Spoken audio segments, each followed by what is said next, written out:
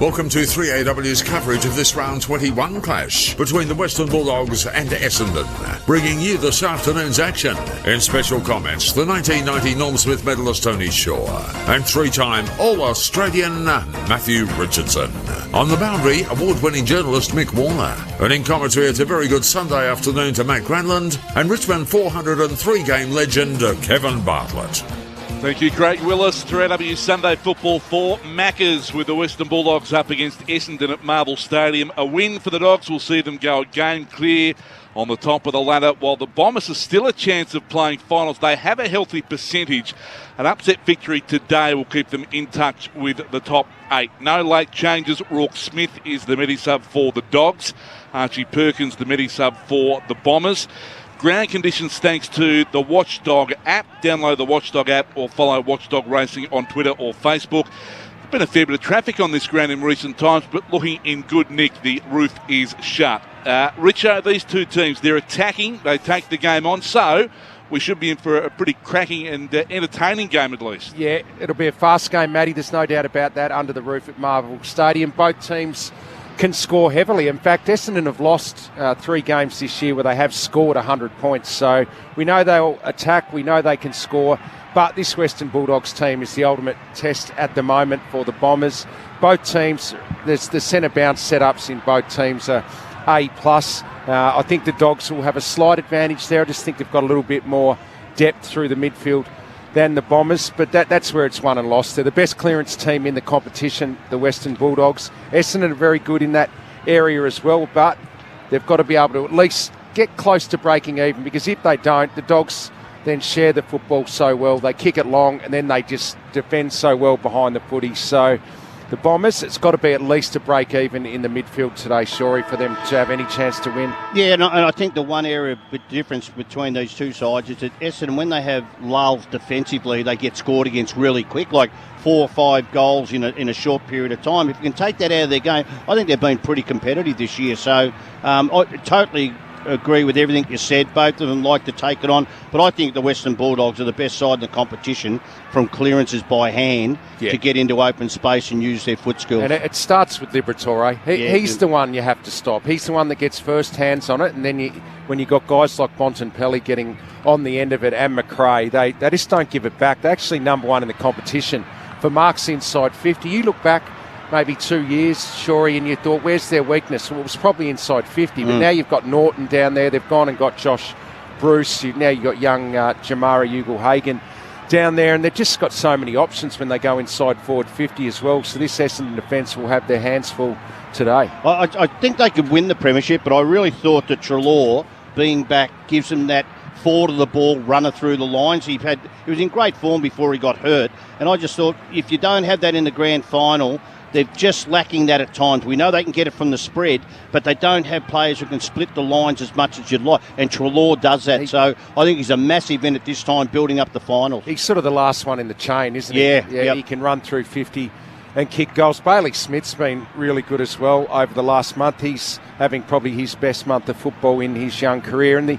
the other one to watch out for today, I love what Essendon are doing with Jake Stringer. Goes into the centre bounces, wins clearances. He's become a really good clearance player, and then goes straight forward where he kicks goals. He's kicked over 30 goals for the year, KB. What about Shaki down back at centre-half back? Well, the night that he came in against Melbourne, it was wet, and you thought, geez, why is Shaki coming in? Because they had the 3 tools already in the forward Keith went out, didn't he? Keith did his hammy early in that game, and he went down back, and he's looked rock solid down there. He'd been playing it at the role at VFL level for a few weeks, so what do we say, KB? If you can't get a kick anywhere else, go down back. Go half back. And that's happening with Shaki, but he's playing a key role, obviously. Are you surprised that Carl Hooker is out? This is the second week he's out. I mean, he's had a pretty good season. He's a veteran, obviously. He's in the last year of a contract.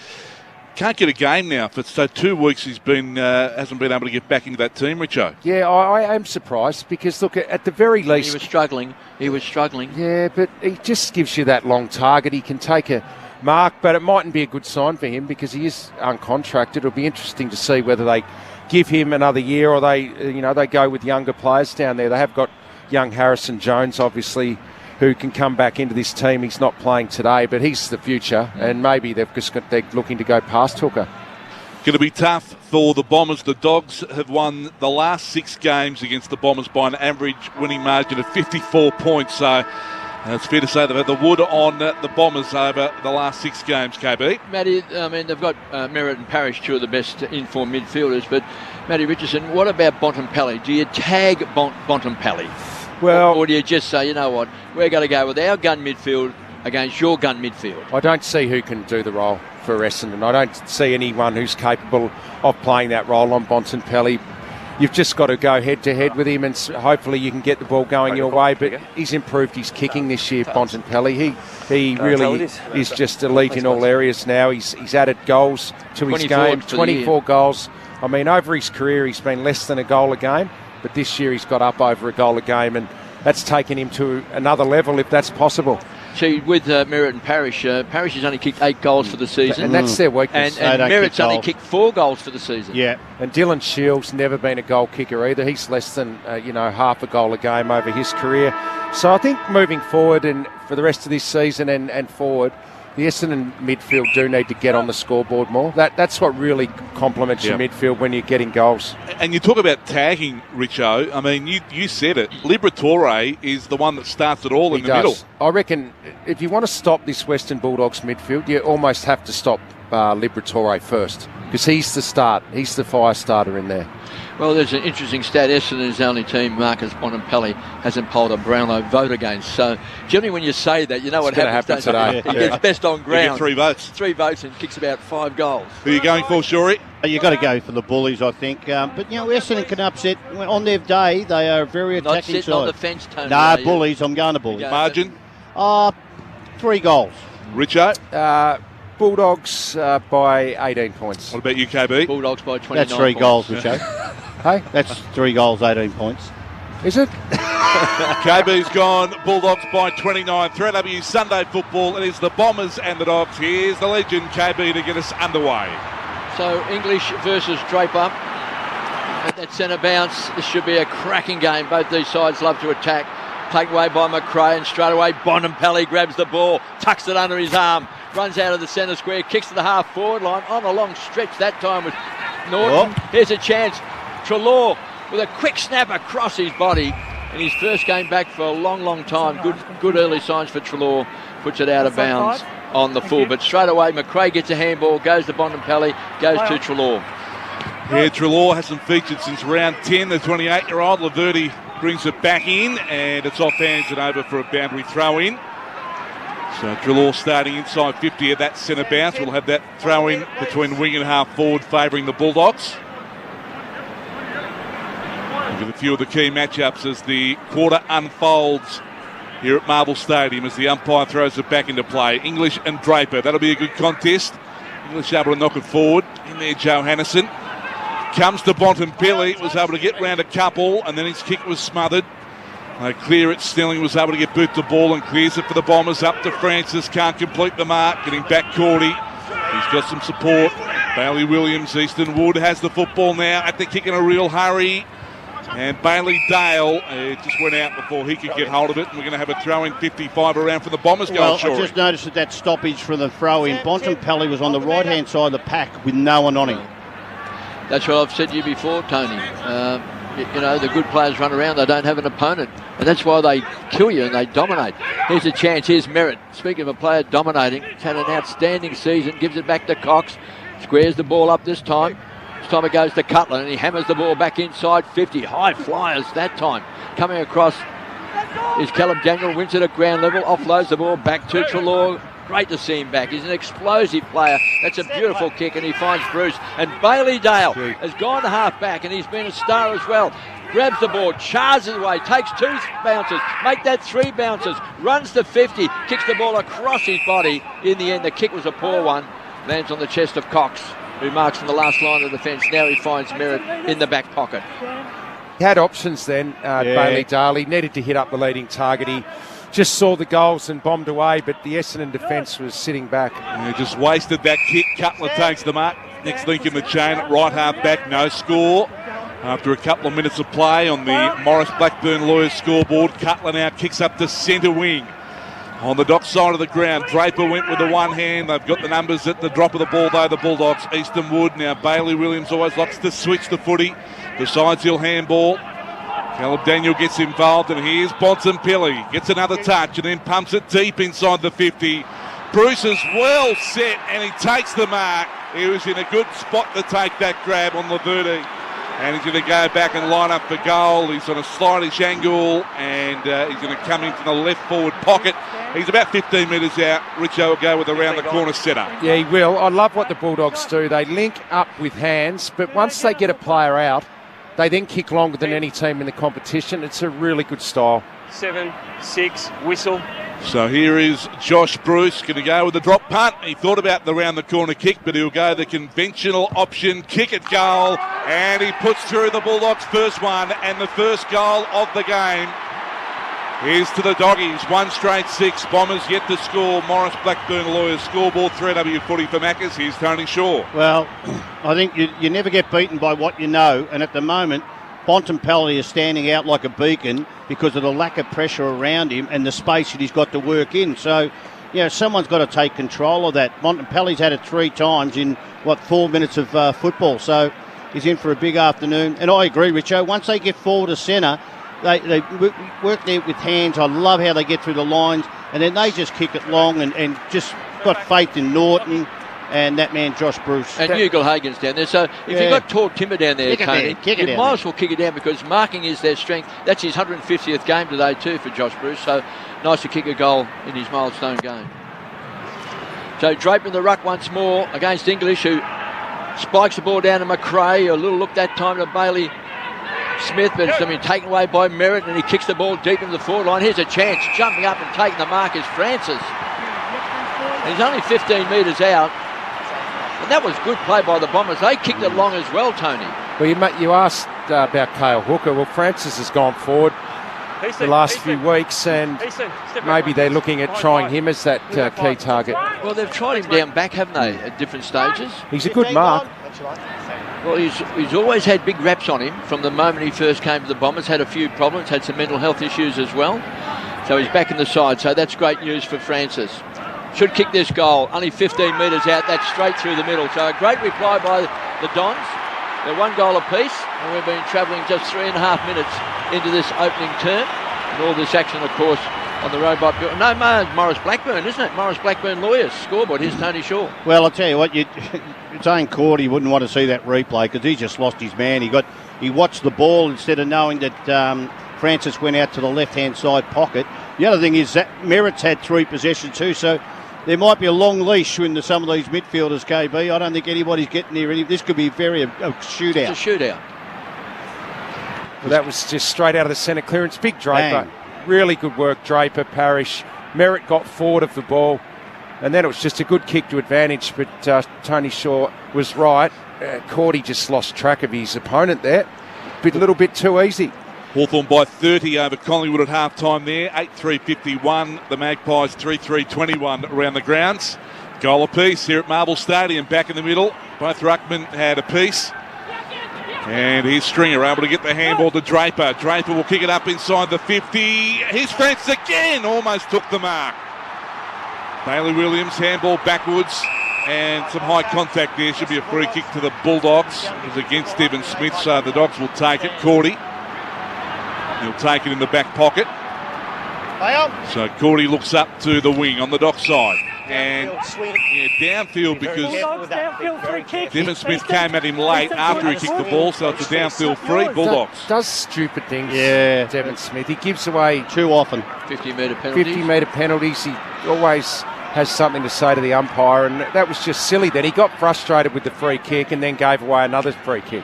It's good to see Ben Rutten trying Francis down forward. He's only kicked 6 goals in 46 games, so he's mainly played as a defender and down back, because sometimes a change of position, you find something in a player. Often it goes from forward to back, but maybe there's the odd occasion where from defence to forward line has worked. So he kicks the ball along to the wing, taken away by Bruce, rolls the shoulders, breaks the tackle, good enough to get the hand pass away, finds McRae, who's an absolute ball magnet, so they're inside 50. English was a high fly, picked up by Hunter, rockets the ball, gives it to Norton, His handball doesn't hit the target. Running shotgun that time was Ed Richards. Looked like he was going to run into the open goal, but they missed the target. It's over the line for a toss back in. That's great charging at the ball that time by Tim English. Made that a real contest. Big pack mark. So boundary throw in. English to the front of the pack. Liberatore hunting the ball. Cox got ripped out of the contest. And then Snelling holds up Liberatore. We've got a bounce 15 metres out. You could just put that on repeat, hunting the ball, Liberatore, couldn't you? Here's Bailey Smith, grabs the ball, backtracks, retreats, went back to Hunter. A little give, back to McRae. Zigzagged his way out of trouble. Kicks the ball across his body. And guess who's got it? Liberatore has marked 20 metres out, 45-degree angle. You've got to love Libba. You've got to love McRae too. Yeah. But I'll tell you what, when you're an opposition player, have you ever seen McRae kick right-footed? No. Not in his lifetime. And you've got to know that, though, You've got to know it.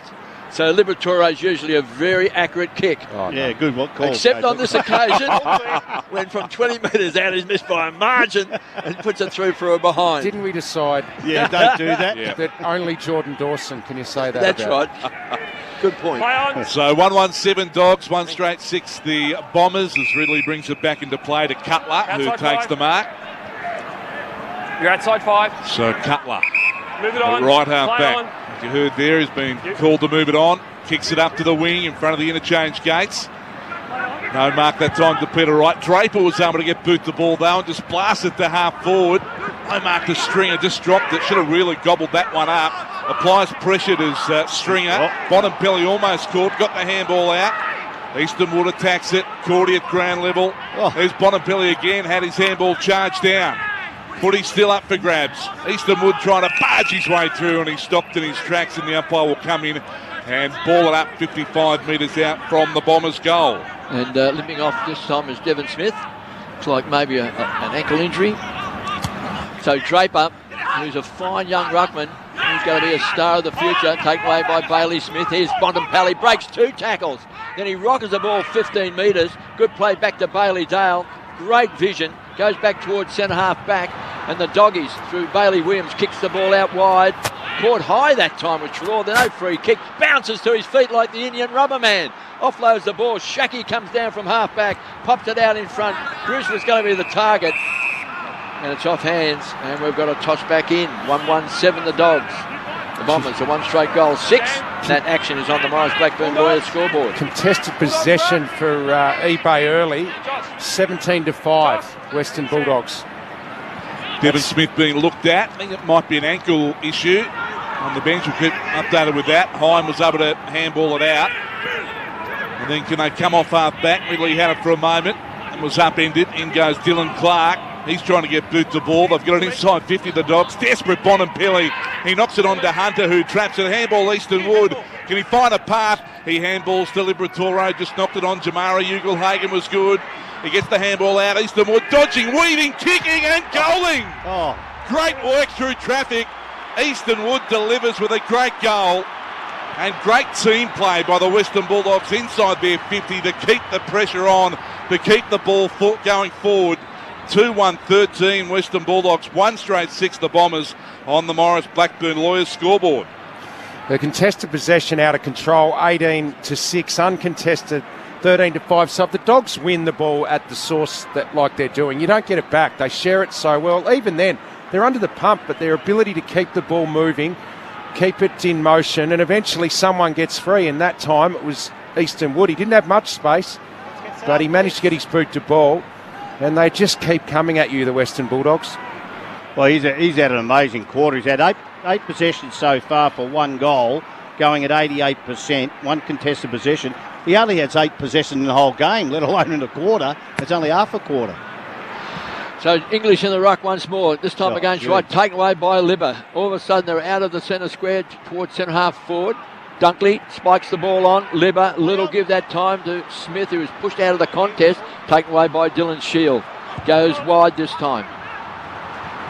Trying to hit a target, looking for Parrish. And it's off hands in front of the interchange gate. We've got a toss back in. 2-1-13 the Dogs. 1 straight goal to the Bombers. Just over 12 minutes left in this opening term from Morris Blackburn Lawyers. So Wright takes the front position, lays it down, but has been snaffled that time by Bontempelli. Back to his partner in crime in Liberatore, who hacks the ball back towards Norton off hands. Crunch that time. Great chasing and tackling that time by Cutler. Norton's on the bottom of the pack, and we've got a ball up. So he ran down Scott. So 8 possessions to Wood, 8 to Bontempelli, 5 to McRae, 4 to Williams and 4 to Liberatore. So all their big ball winners getting their hands on the Sherrin at the moment. Taken away by Dylan Shield again. This time he rockets the ball wide. No one in particular looking for Parrish, taken over the line by Bontempelli. 2-1-13 the Dogs, 1 straight goal the Bombers. Here's Matty G. Yeah, they've started very well, the Western Bulldogs. We've got a boundary throw in just outside the 50 for the Doggies. And it comes Peter Wright doing the ruck work now. Knocked down straight to Liberatore, who scrambles the kick. Top of the goals will land. Here's Jamara Ugle-Hagan. Wanted to kick initially, but he handball back inboard. Norton trying to wriggle his way out of the tackle. He did handball backwards. Shield goes to the ground. Dunkley picks it up. Handball to Hunter. Handball to Bailey Dale. He wants to give it off by hand. They want to try and pull the trigger with the kick. It will be Dale who gets the kick away to land. Top of the goal square. And it is all Essendon as Stewart gets back and takes the mark on his chest. So there's a forward who's gone down back and changed his career. Goes to Ridley. Cutler squeezed up on the boundary line. So Snelling could have been held without the ball. No free kick.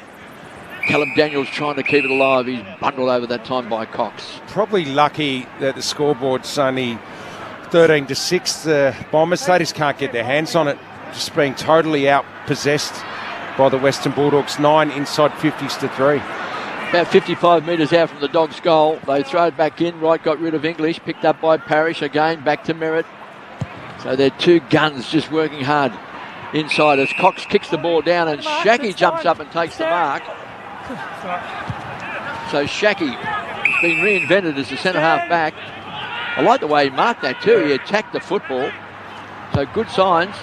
So Smith goes short, finds Richards. You go back and immediately you haven't got that pressure of, I've got to kick a goal. So here's Smith, top of the goal square. Big fly that time, Ugle-Hagan. Western Bulldogs. Now it's gone to the back of the pack and the free kick is going to go to the Dogs. In the back. So Ugle-Hagan, who was the high flyer in the pack, must have got a bit of a shove out from Redmond. Let's have a look at the replay. Oh, one lurch. Gee, the hand was just on the back. Didn't see him a lot in it. But I think he misread it. I thought he misread it himself. Well, Ugle-Hagan will kick a goal directly in front. Hits the post from the top of the goal square.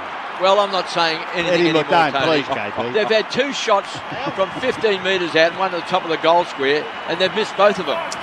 That's amazing. Here's Redmond bringing it out of full back. It's he at played Marvel on, Stadium. He's turned it over. The roof's shut. I know.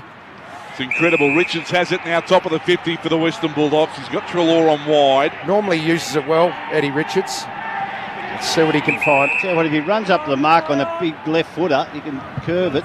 Richards, he'll put it into the forward pocket, looking for a big grab. Norton was up. Jamara Ugle-Hagan trying to get boot the ball. Then Scott was shut down.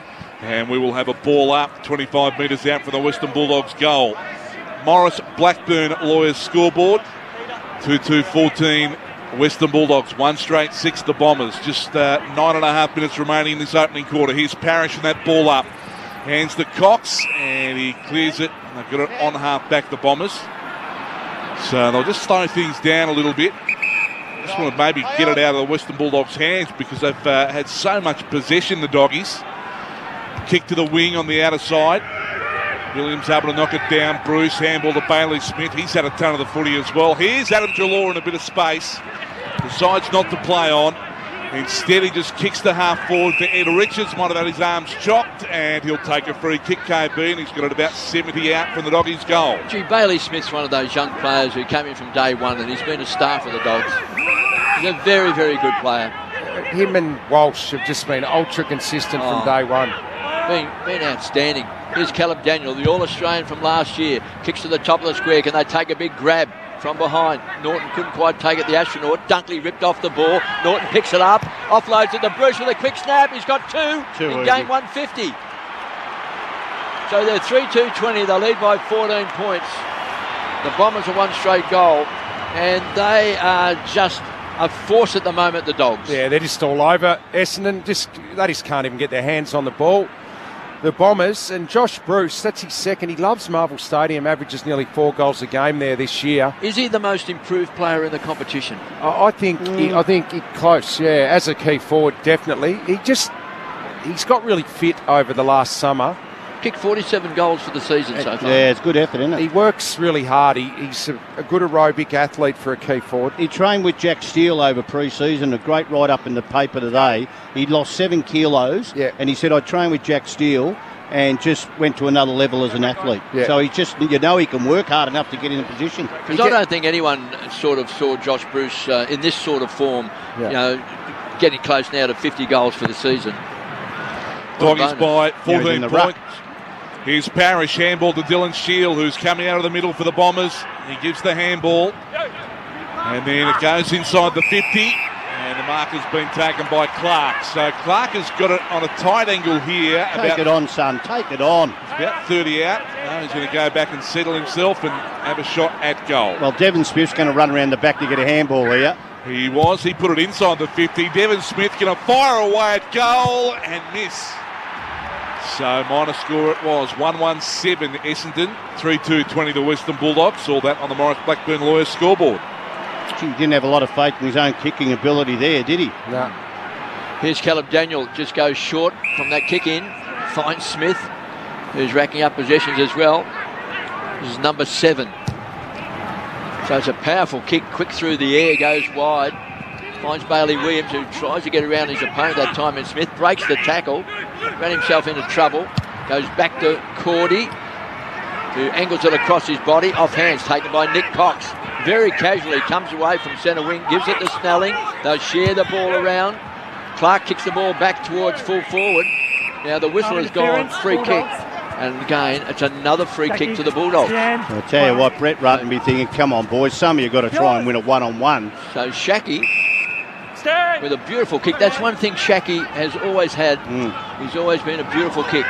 Even though playing on the forward line, Tony may not have got it much, but he was a great kick. You look at I think the top 4 sides in the comp have got great kick, like this man here, Caleb Daniels. Mate, look at that. That's a beautiful kick, and he finds Bailey Smith.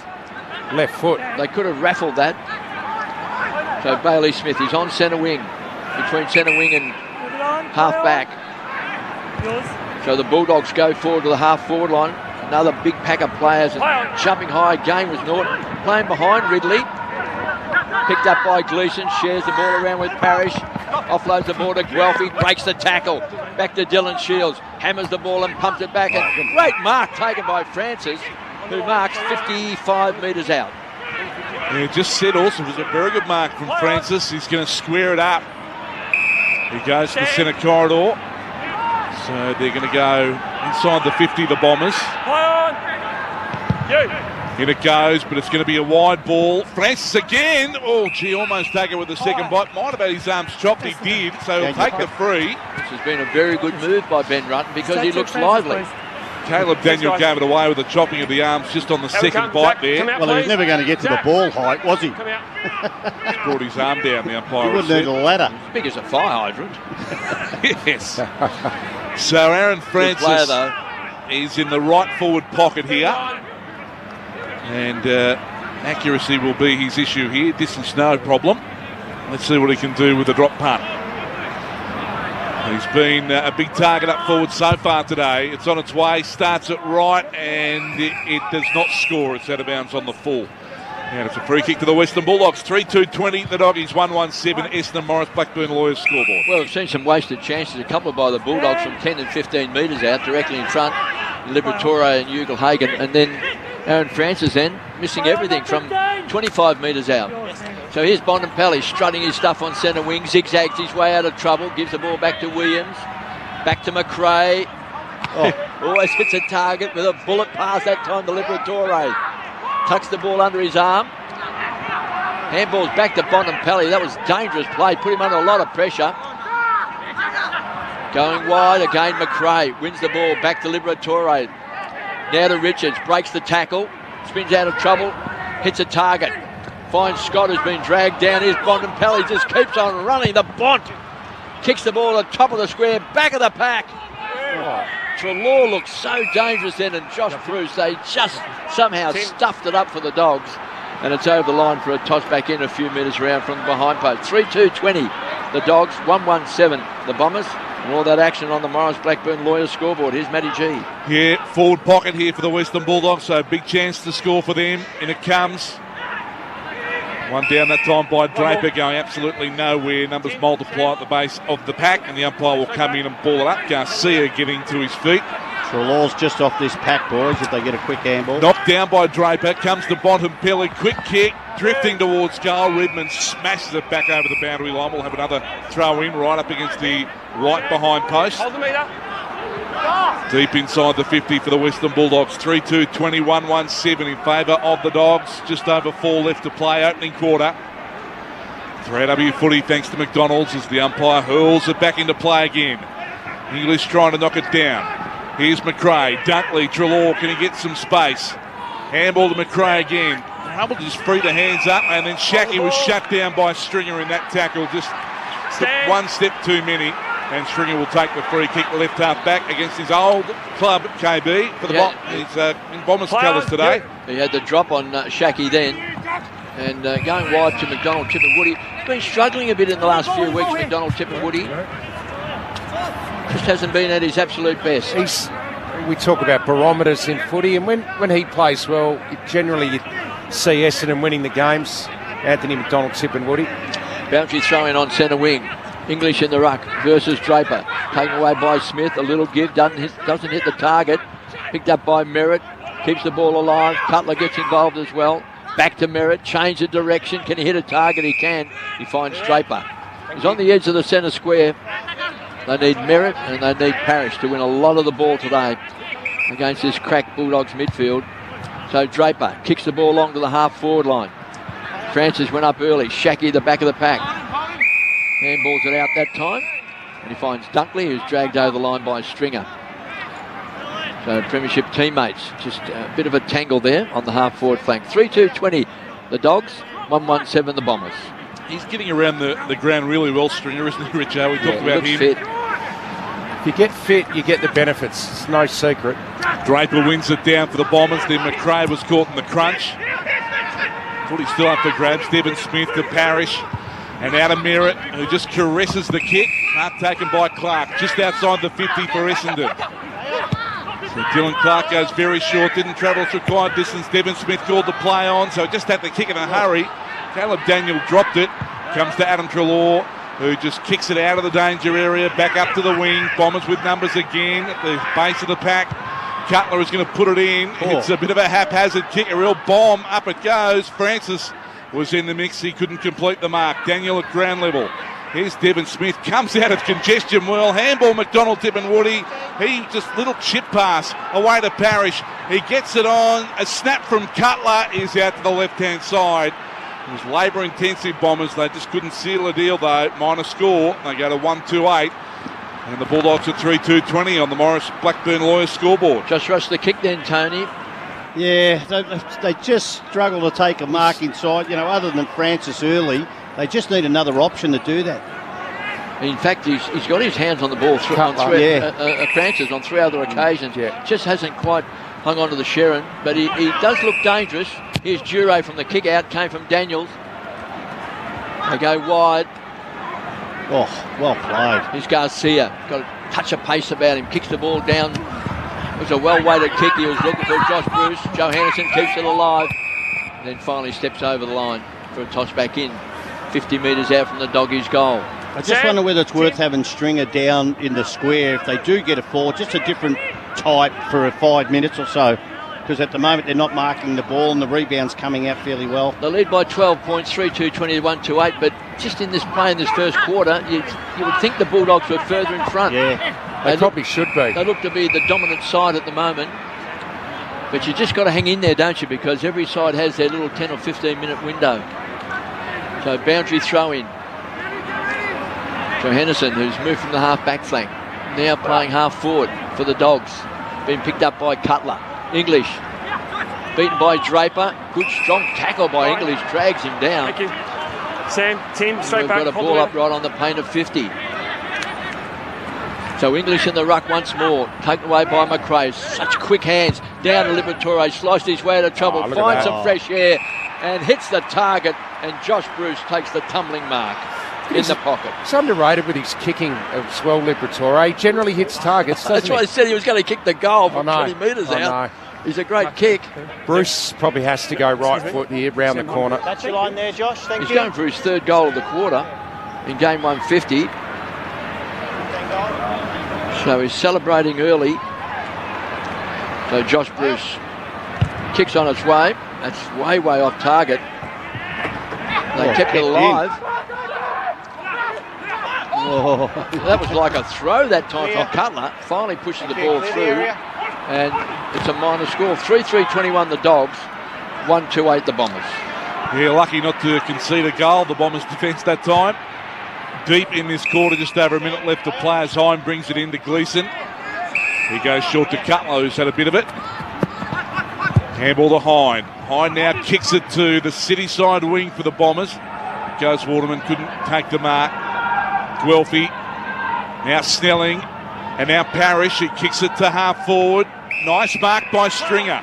And he hits the ground running too. 70 metres out. He goes to the pass looking for Peter Wright. He can't take it. Then he missed his hand with a handball. And they should be able to come out of this. Giray gets involved, and then the wide ball. I'll clear it, the Western Bulldogs, as time winds down. We're down to 27 seconds onto the wing. Bombers able to win it back, and then they'll just slow play down. Stewart will go short. And Merritt has got the football. We're down to 13 seconds, KB. Bushy on the edge of the centre square, but he's got a loose player out wide. And then they go short. It came from Clark. So the Bombers, one last chance, top of the goal square. They need to take a mark. Beaten by the siren.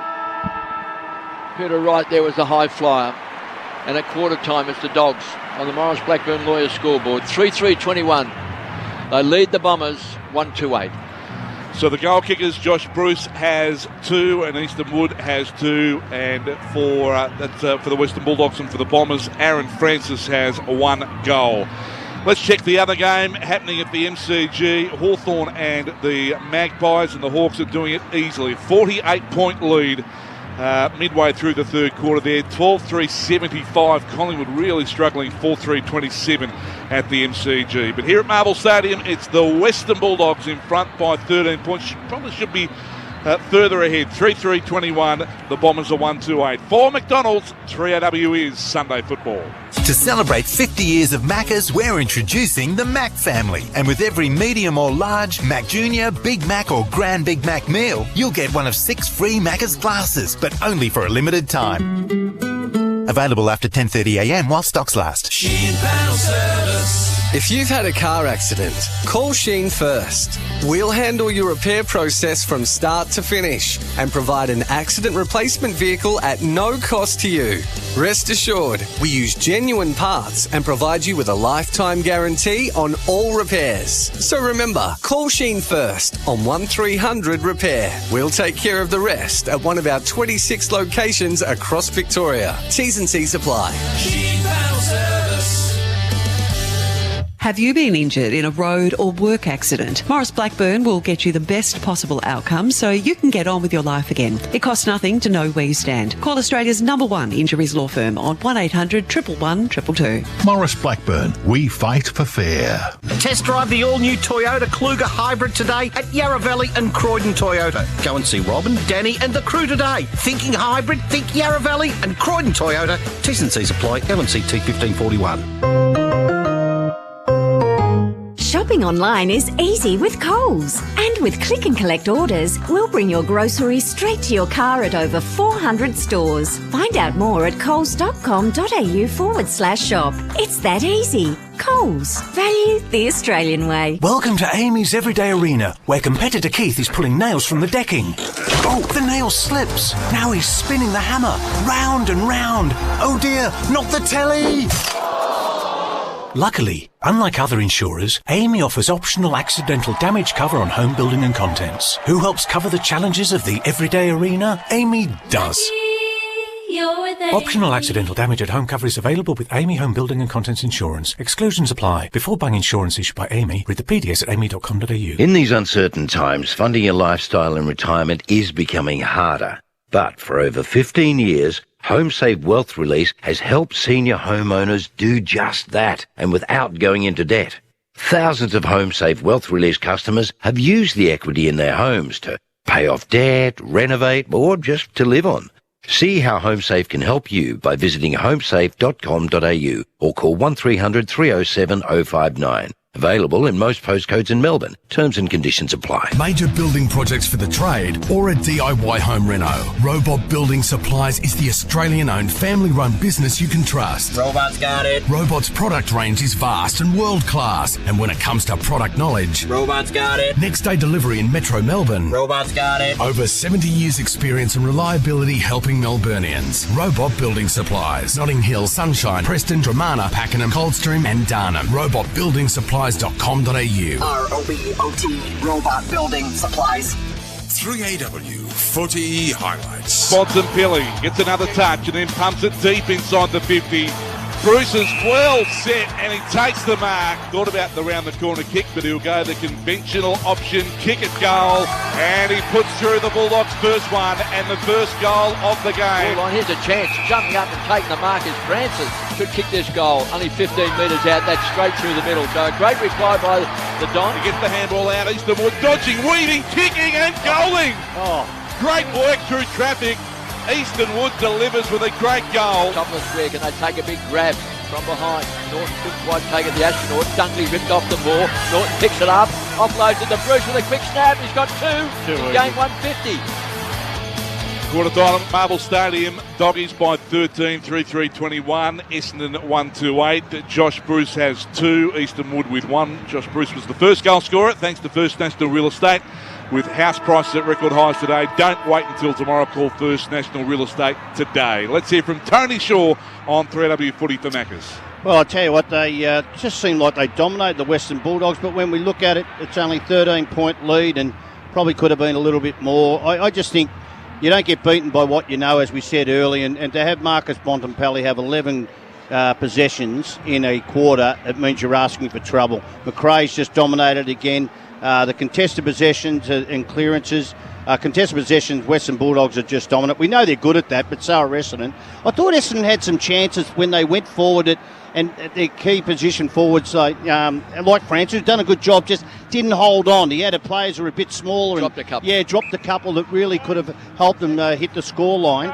But if it continues this way, I think with that contested possession sort of thing, and I just love the way the Western Bulldogs work from the contest. Their hands, they want to keep the momentum of the ball going, and once they get it out in the open, then they go hard. They'll go forward.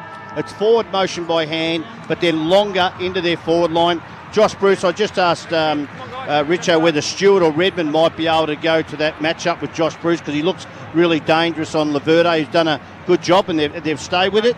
Ridley on Ridley. I think they might have to look at that change if it goes that way. But Richo, when you get Bontempelli, and I know when you do the votes after the game, you'd have Bontempelli way up there, that you'd probably be thinking they should be manning him up. Yes, I think he will be, because he gets you every week. I occasionally get him. I've got him twice, I think. No, you've got to man up, Libba. He starts it all for me. Oh, he's the one that just started that. He banged it up inside the 50 for the Western Bulldogs. Laverde couldn't take it on the bounce. Nice work, Garcia. Got the handball out to Hunter. Hunter goes into the pocket, and here's Norton. The astronaut. Now, Norton's kicked 37 goals for the year, 36 of them from set shots. So this is how he gets his goals. He doesn't find them at ground level, so he needs to be marking the ball, Aaron Norton.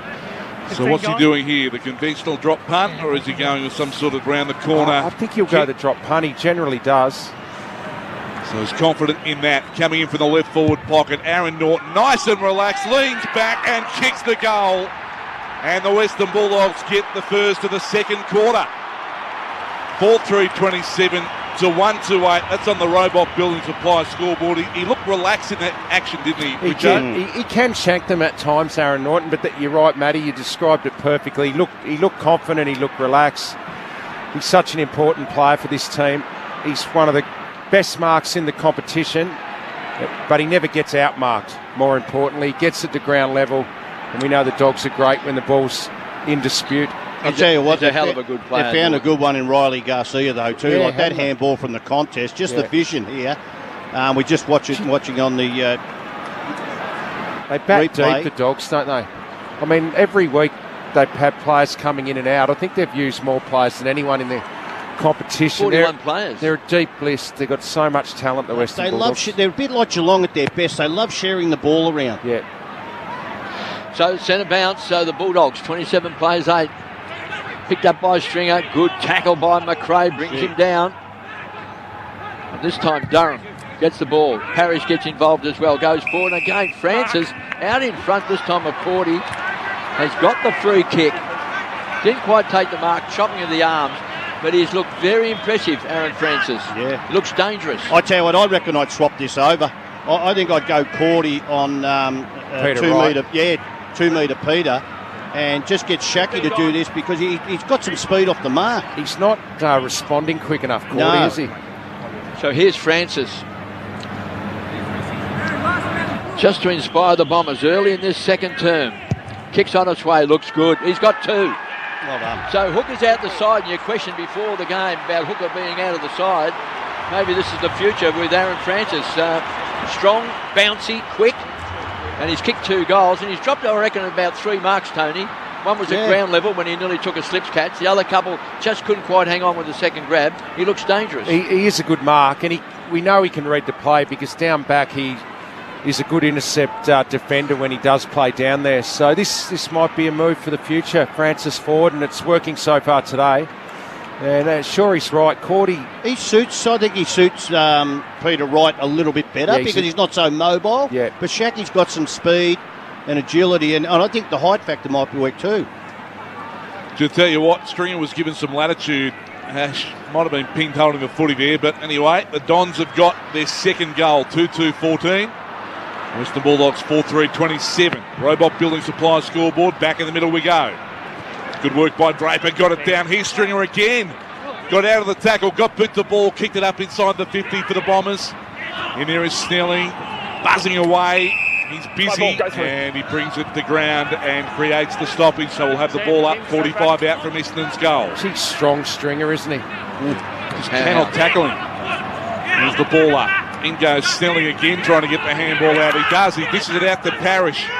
Durham now fires it back, and then Hine was caught well by Garcia, and that is holding the ball, and they take the advantage. Garcia wants to get on the end of the handball from Dunkley, but it's going to be Liberatore from the wing. And he kicks to the half forward on. What a kick by Libba. And he finds Josh Bruce on a long lead. He's 50 metres out. He's already kicked a couple of goals. Gee, Norton's got space there. Got in the pocket. Oh, gee, he was on too then.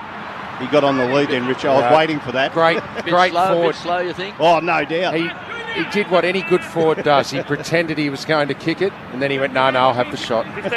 So Josh Bruce, well, he's hot to trot. He's kicked a couple of goals in the first quarter. He can kick a long ball. It's game 150. Hopping a skip from 52 metres out, and he kicks it straight out of bounds on the full. You've done it again, KB. Done it again. Next time I'm going to say... You're like the kiss of death, you are. I'm going to say he's a hopeless kick. He's got no chance of even hitting the side of a barn. Out of bounds. So Laverde to bring the ball back into play. He's going to kick it long towards centre wing. There's a big pack of players. High flyer from Ryan. Shacky stands tall. He's 6 centimetres taller than Cordy. So what you're saying is if he goes back and plays on Aaron Francis. So that was a good mark by Shacky. Play on, not 15. That's 15. The umpire said not 15. I like it. That was about 25 metres. I like Matty G. They go inside the 50, the Dogs, but the Bombers have got the answers back there as Hine is able to clear it. He'll come out to Francis, who's a long way up the ground. He takes it left half back now. Back in a position he's more familiar with. He goes to Parrish down the corridor. McDonald tipping Woody. He's got a runner. That was Marty Gleeson. Now Hine trips over his own feet. He gave it off to Snelling, who goes to Durham, who takes the mark just outside the 50, and he'll go into Peter Wright, who takes the mark, but he's on a pretty tight angle here, big 2 metre Peter, and he'll go back and line up from 45. Go with it, KP. Just say he couldn't hit the barn. He's got no chance. He's got 2 metre Peter. I used to think he was the straightest kick in the game, but I reckon he's deteriorated badly in the last week, particularly in about the last 45 minutes. Oh, I hope he kicks it. He's got no chance whatsoever. He'll be lucky to get the ball to hit his foot. Let's see if commentators curse in reverse. Here's Peter Wright. It's on its way. It's looking pretty good. He's kicked it. He has kicked it, Peter Wright. Oh, I love it. That worked. Be happy with yourself, KB. 3-2-20 Essendon, 4-3-27 the Western Bulldogs. Robot Building Supplies scoreboard. Matthew Richardson on 3W Footy. Well, he proved KB wrong. He's a good kick, Peter Wright. Just imagine if I had been broadcasting every one of Richo's games, Oh, he yeah. would have kicked 1,500 goals. Oh, no. He is normally he is a good very kick. good Beautiful kick. kick. He's got a lovely technique, matter of fact. But, you know, the good thing about this too with Essendon is that once they get out in the open, they're taking the game on. They're not just saying the Western Bulldogs, you can do it, but so can we make it pay if we get control. He kicks more than a goal a game in his career, Peter Wright. That's not bad. That's a good effort for someone who's about 203 centimetres, 83 games, 103 goals. So I'll look at him. He's a goal kicker. He's just got to get a bit more belief about himself. I've always thought that. He's got a lot of talent. Here's McRae. He's got extraordinary talent. Kicks the doggies deep inside 50. Ugelhagen got pushed out of the contest. Picked up by Ridley. Backtracks and retreats. Gives it off to Gleeson. Has to angle the ball across his body. Charging after the ball is Johannesson. Keeps it alive. Back to McRae. Just keeps racking up possessions. Here's Hunter. Squeezed up on the bounce line. Goes into the pocket. And it's out of bounds. On the full, or it just might have marked right on the line. So Ridley just squeezes that ball into Laverde. Still in the back pocket for the Bombers. Goes back to Gleeson. Now he goes to Merritt, who takes a run and a bounce. Takes two bounces, keeps on running. Runs to the centre wing. Goes to Stringer. Good effort that time by Caleb Daniel. Got a fist to the ball. Here's Bailey Dale on hands and knees. Went to hand past it, then checked himself. Gave the ball back. Liberatore. Handballs back to Bailey Smith. Breaks the tackle. Handballs back to McRae. He needs support. Finds Trelaw. Somehow zigzagged his way out of trouble. Finds some fresh air. Back to Liberatore. Kicks the ball down. He was looking for the Bont, but chipping in this time is Laverde. So they've steadied the Bombers. 4-3-27. Plays 3-2-20, and they've steadied. Then they're taking the game on too, the Bombers, which is good to see. They kick out to the wing. On the Medallion Club side, Bailey Dale going to mark uncontested. So takes it for the Doggies. They're about to head back into attack again, the Western Bulldogs. 27 plays 20 in favour of the Dogs. Dale's been called to play on, used all his time up. Nothing he likes ahead. He goes backwards, danger in that, but Shaki was able to take the mark. And then he switches the play. He goes to the outer side. Kick to half forward where mark taken by Hunter. He looks up and then he kicks and hits Norton on the chest. And Aaron Norton will go back, put the mouth guard in the sock and line up the goal. Can't kick for nuts, Norton. Got no chance whatsoever. Be lucky to get over the man on the mark. Gee, Jake Stringer, you just overplayed that contest on the wing. And, so Hunter just was able to play on, and that was just too easy coming inside 50. Just had to play a straight bat and maybe just man the mark. Let's see how Aaron Norton goes here from the set shot. Starts at left, and that's where it stays. Well, you're right. You're right. You're on the money. A Correct point. 4-4-28 Western Bulldogs. 3-2-20 Essendon. Robot Building Supply scoreboard. Got themselves back in the game, the Bombers. They're taking a chance, taking some risks. That's a beautiful kick out. Finds Durham. Marks at half back for the Bombers. All of a sudden, they've got plenty of players running down the ground. It's amazing. When they get the contested possession right, they're in the game. Gives it to Merritt. Gives the ball back to Hines. Stands and delivers. Weighted kick. Here's pounced on by Parrish. Loose ball. He was looking for Smith. Bailey Smith of the Bulldogs paddles the ball along in front. Picked up by Waterman. Back to Devon Smith. Goes short. That's not 15. He went to 2 metre Peter. Very close to the boundary line. I couldn't believe the umpire before with the Bulldogs when he said that's not 15. So boundary throwing. So the Bombers got a chance to hurt the Doggies here. 20 metres around from the behind post. In the ruck, 2 metre Peter. Lays the ball down to Devon Smith. Pushes off Williams. Finds a bit of space. Happy to backtrack. Retreats and concedes ground. Goes all the way back.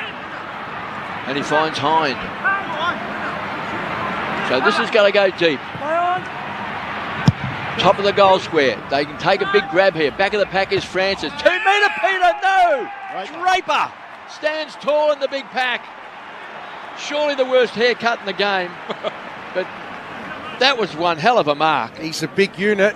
and they put it to the right spot, and they had two 200-centimetre players English. there. He's a talent. He's a real talent, Draper.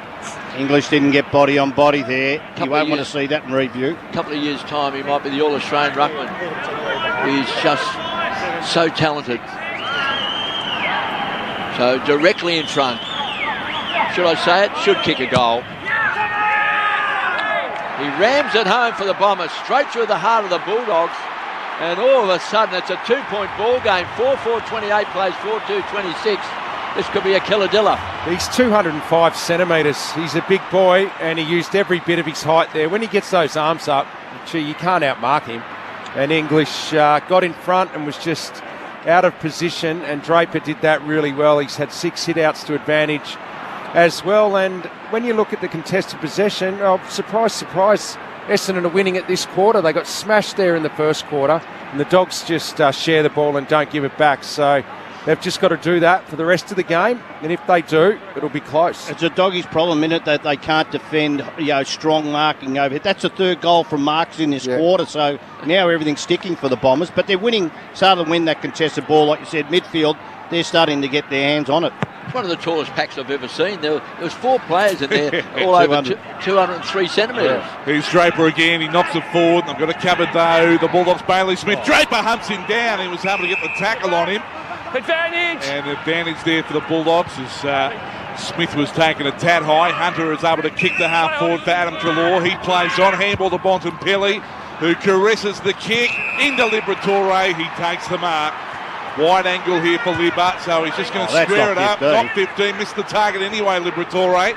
Opens it all for Dylan Shield, who gets hold of it. Handball to Hind. Hind kicks it out to the wing. Francis can't take it cleanly. Bailey Williams ushers here and the ball over the boundary line. And we'll have a throw in between wing and half forward for the Western Bulldogs. Why did Libba kick this? He wasn't because it's left foot. No, he's a left footer, so it's not his size. He's kicking it 6 metres. Yeah, I know that. I know, but he missed the target.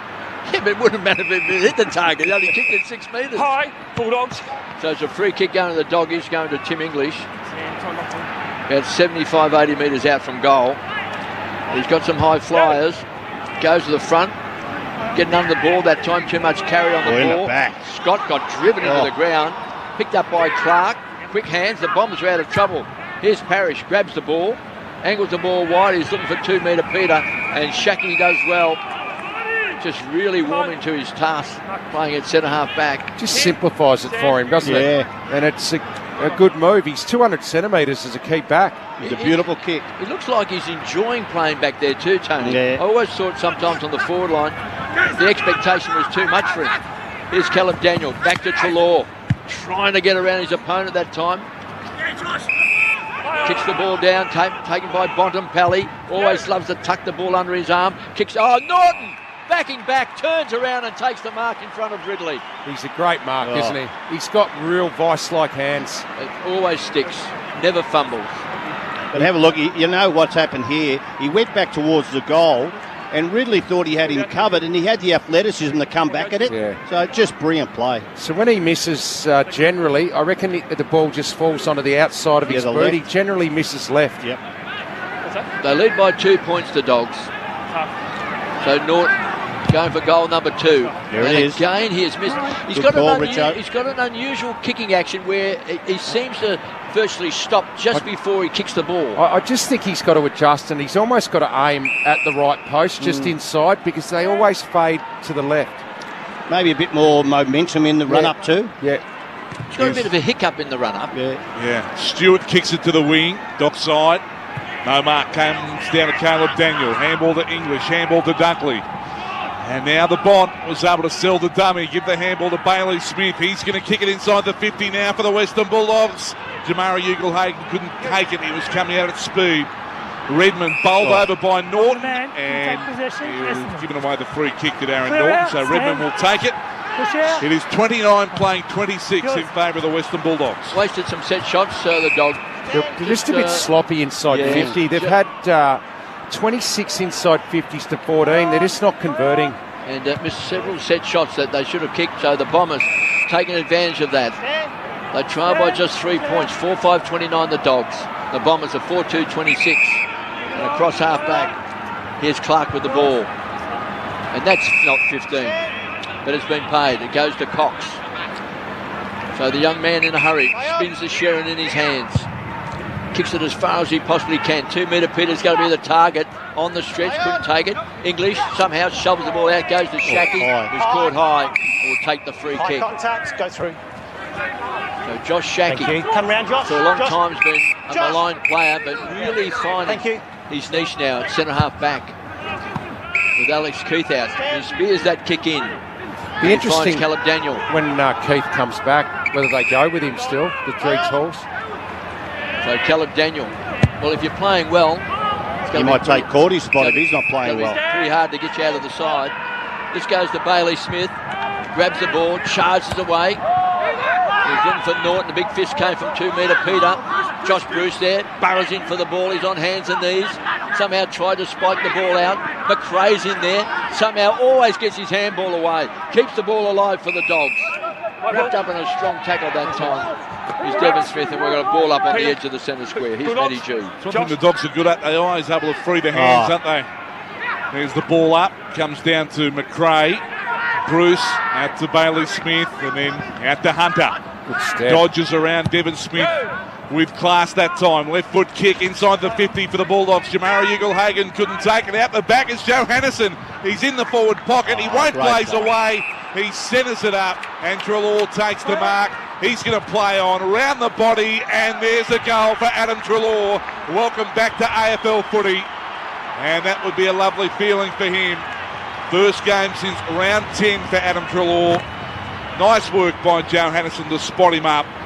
And the Western Bulldogs go to 5-5-35, Essendon 4-2-26 on the Robot Building Supply scoreboard. You called it, Matty, that use of handball. They must do a lot of work at training with that, with pressure. Handball club, they call it. Is it really handball club? Well, let me tell you, I love watching it because it's just so creative. A lot of sides just want to get stoppage after stoppage. They're saying, no, we want to get forward with it. And they just set up so well around the stoppages. They've got good numbers, balance, and they know where each other is situated at all times. It's almost a reflex action type of situation with that handball. McRae and Bontempelli's had it 33 times between the pair of them. They probably need another couple of goals for the general play. Time in forward half, 67%. The scoreboard's all right for Essendon. Oh, Draper jumps up and smashes the ball forward. Grabbed by Dylan Shield, charges forward, gives it off to Clark. He's right on the paint of 50, kicks a high ball back. Here's McDonald tipping Woody. Thought he had it, then he's been crunched by Dunkley. And we've got a ball up 40 metres out from goal. They just can't find space at the moment, Tip and Woody. Block. So there's a block. Josh Shackey. Josh Shackey, yep. Matt's here. Who's on it? So against Josh Shackey. Josh. Josh Shackey, he's not quite certain what's happened, but the free kick's going to go to 2 metre Peter. So who was supposed to go for the ruck? Bruce was doing the ruck work. But it was supposed to be Josh Shackey, was it? So that means he's not involved in the contest. No, it was Bruce, but Shackey got involved in the He touched it. He touched the other. Oh, really? He touched Draper. He put his hand out and touched him. So here's 2 metre Peter going for his second goal. He's a beautiful kick. Straight as a gun barrel. Which is a stupid rule. Is it what? And they're within 3 points, 5-5-35 to 5-2-32. Drag it back to a 3-point ball game after the Doggies led by 13 points at quarter time. But what happened was he just leant across and he just touched him. He didn't do anything, but he just touched him. Because he wasn't nominated to go on the ruck. Bruce was that is a horrible rule, isn't it? It's the ridiculous rule. In this game, anyone should be able to go for the ball at any time. Correct. But that is such a penalty, for Imagine a touch that of was a in body. a grand final. And it was only a misunderstanding, but as we know, the umpire's got to read the player's mind here. Got to get that out of the game as well. So here we go, Bruce dominating. That's a centre bounce. That's a beautiful tap. That was great. You don't see that in the modern game where the ruckman goes up. I mean, Richmond many years ago, old Richmond fans, Craig McKellar used to jump up in the ruck and he used to belt the ball 25, 30 metres. They don't do it anymore, but Draper did. Dogs by 3. Let's see what Draper can do here against English. We're back in the middle. Draper wings it down again. In goes Merritt. Handball. Stringer. He's away, Stringer. He puts it inside the 50. Goes deep. And Peter Wright brings down the mark. Great clearance that time by Stringer. And Peter Wright is going to go back and line up for his third goal and try and put the Bombers in front. Well, if he believes in himself, and we've said this before, haven't we, Tony? If he believes in himself, he's got enormous talent. Well, like you said, he's 205 centimetres tall. But I don't think the Western Bulldogs be happy with that forward handball getting out of the front of the centre square. They're not defending the high balls at all. Will he be confident? He's already got a couple. Peter Wright comes in. He's got three. The Bombers in front at Marvel Stadium. Wow. They've played a great quarter and they lead the ladder leaders 6-2-38. Western Bulldogs 5-5-35, and that's on the Robot Building Supply scoreboard. I might be correct here, Tony, I hope I am, but I got a feeling last year he never got a game at the Gold Coast Suns. Yeah. I don't think he got in. He wasn't getting a game. I don't think he had a game last year at the Gold Coast Suns. Isn't it? Not quite certain what went wrong.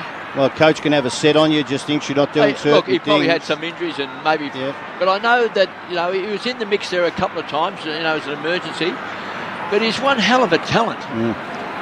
Everyone used to speak about him when he was a young player coming through the under-18s, and I spoke to him once, and he always saw himself as a key forward, not as a ruckman. And, he can play full forward if he jumps up because he's such a beautiful kick. He's a great out for him, isn't he? See, Norton's missed a couple of goals at one end and he's been dead centre. Here's Merritt. All of a sudden, they're inspired, the Bombers. Here's Stringer, grabs the ball, charges out of the centre, gives it off to Dylan Shields from half back, and they go short and they find this time Clark on centre wing. So the Bombers, all of a sudden, they're hot to trot. He's got to pump this inside 50. Going up high as Easton Wood, kept alive, but stepping over the line that time is Dylan Shield. And we've got a boundary throw in about 50 metres out from the Bombers' goal. They lead 6-2-38 to 5-5-35. Got just under 5 minutes left in this second term on the Robot Building Supply scoreboard. So the Bombers, they trail by 13 points at quarter time. They now lead by 3. Draper in the ruck, beaten by English. Down to Bailey Smith, and straight away he's collared. And we've got a ball up. 35 plays 38, the Bombers in front. There's the ball up, coming through Bonapilli. Handball out to Caleb Daniel. He handballs it back to McRae, and now Bailey Dale wants to try and clear it for the Western Bulldogs. Gee, that's a dangerous kick. It is dangerous. Nice work that time by Gorfie. Got the spoil in on Ed Richards. And now Waterman has the football for the Bombers. He bombs away, top of the goal square, right, not in the contest that time. Bailey Dale will take it from McRae, goes out to Smith. Bailey Smith takes the mark, he's at right half back as the Bombers leading by 3. What a hard runner he is, Bailey Smith. He's just fantastic, a bit like you mentioned before, like Sam Walsh. He just works hard. Runs and runs and runs. He's a fabulous young player. Kicks the ball back towards centre wing. English is going to be the target on the stretch, couldn't take it. Picked up this time by Stewart, handballs it, finds a bit of space, back to Clark, who's been pretty handy, back to Merritt, gives it off to Cutler, runs to 55, here's McDonald, Tippin Woody, he's marked in the pocket, and he never misses these, Tony, he never misses these. He's good across his body normally. This has been a great second quarter by the Bombers. McDonald, Tippin Woody's been very, very quiet for several weeks, but he should kick this goal. Play on. Tippin Woody rams it home. That'll be great for his confidence, and it's great for the Bombers because they lead 7-2-44, 5-5-35 on the Robot Building Supply scoreboard. 3RW Sunday afternoon footy for Maccas. Here's Tony Shaw and Matty Richardson. Well, Matty, they just, as I said, they couldn't take a mark inside 50 other than Francis, but they've kicked 5 from marks inside 50 this quarter, and it's all about just dominance around the packs at the moment. They're getting those clearances and contested possession. They just, they're in great form at the moment. Although they haven't had as many inside 50s, they're looking way more efficient. Yeah. They're finding space, they're marking the ball. And from 9 inside 50s, 6 goals straight this quarter. That's good, isn't it? And they're beating the Dogs at their own game by taking it on, aren't they? Love to attack the Bombers in front by 9 points with just over 3 left to play in the second quarter. 3W footy, all thanks to Maccas from Marble Stadium. And a great contest here. English brings it down and get the handball away to Dunkley. Now to McRae. He couldn't hit a target with his handball. Draper goes to ground. Bailey Williams scoops it up. Bailey Dale had to just smack it on. taken by Giray. They're out in the wing now, the Western Bulldogs. Now Hunter has the football, looks up the half forward. He kicks it up inside the 50. Norton had a couple of beat, couldn't take the mark. Redmond for the Bombers, scrambles it onto his boot, goes down the line, it tumbles out, and we're going to have a boundary throw in. Out on the wing on the city side of Marble Stadium, the Bombers by 9, 7-2-44. The Dogs are 5-5-35 on the Robot Building Supply scoreboard. Less than 3 minutes to go in this second term. English in the ruck versus Draper. Takes the front position. Kicked off the ground by Dylan Shield. Gained extra 5 metres, and then Hunter grabs the ball. Back this time to Williams for the Dogs. So they're inside 50. Can they take a big grab from behind? Loose player taken by Scott, who's crunched to the ground that time by Ridley. And we've got a ball up. So a chance here for the Doggies. It's inside 50. It's a ball up, 35 metres out from goal. Draper in the ruck, grabs it out of the ruck. Kicks a very, very high ball back towards centre wing. Getting under the ball was 2 metre Peter. Thought he got a shove out from Cordy. Picked up by Hunter, rolled the shoulders, back to Cordy. Loose ball. It's up for grabs. Taken away this time by the Bont. Gives it off back to Hunter. They're out of trouble. Now McRae hits a target. He's a beautiful player. Stay out, Devon. And Johannesson has marked 50 metres out, right on the paint of 50. McRae's had 21 disposals, 16 to Bontempelli, 14 to Bailey Smith for the Dogs. Been a transformation of an All-Australian halfback, this man, and then they look like he might have even been a trade for a while. Norm Smith medalist. Yeah, amazing. Now he's got I don't know what sort of role, it's just a... Pressure forward. Can he kick this from 50 metres? It kicks on its way, looks great off the boot. It's going, it's gone. What a kick. And Liberatore gets stuck into Draper straight away. He went for him after that goal went through. Not certain why. They've given a free kick.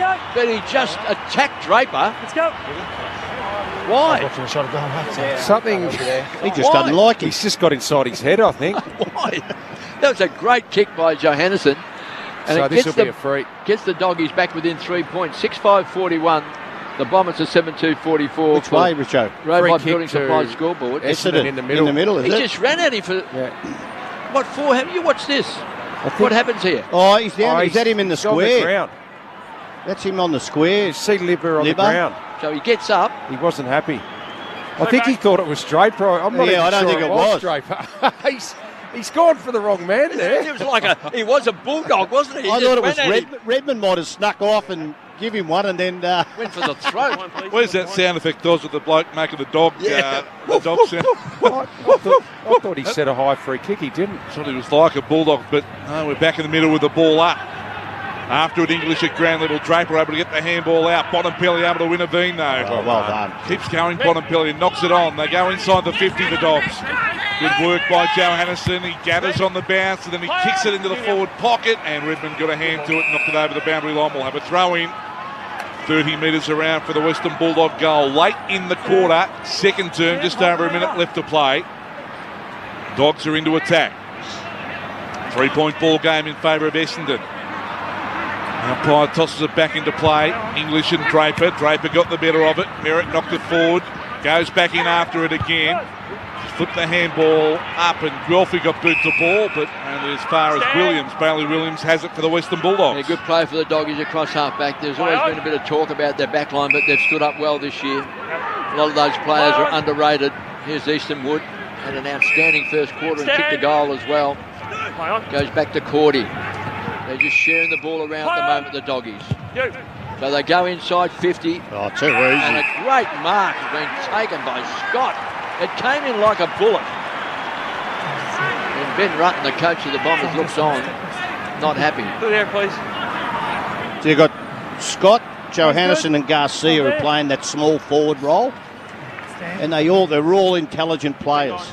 You just read that beautifully. But that was too easy off that contest then. That's a good mark, though. Good hands. Very good hands. Not certain whether it was meant for him, but it came in low and hard. So Scott, that's another bad miss by the Bulldogs. They've missed 4 set shots right on the siren. And that was a let-off for the Bombers. And they lead. 16-point turnaround in that quarter for the Bombers. 7-2-44. They lead by 3 points. The Doggies 6-5-41. And all that action on the Robot Building Supply scoreboard. 3 goals to Peter Wright, 2 goals to Aaron Francis, and singles to Draper and Anthony McDonald, Tippenwoody, and for the Bulldogs, Josh Bruce has 2 singles to Adam Treloar, Easton Wood, Aaron Norton, and Jason Johannesen. Let's check the other game at the MCG. Hawthorn are leading by 25 points over Collingwood there. 12 minutes remaining in the final quarter. 14-6-90 the Hawks. The Magpies at 10-5-65. But here at Marvel Stadium, it's the Bombers by 3 points. Good contest, good comeback by Essendon in the second term. They lead 7-2-44 to the Western Bulldogs 6-5-41. For McDonald's, 3AW is Sunday football. 3AW Breakfast. I read in the paper this morning that Prince Andrew is called Randy Andy. Weekday mornings from 5:30. Is every Ronnie rotten? You know, Definitely. Is every Simon simple? Is every Jack jumping?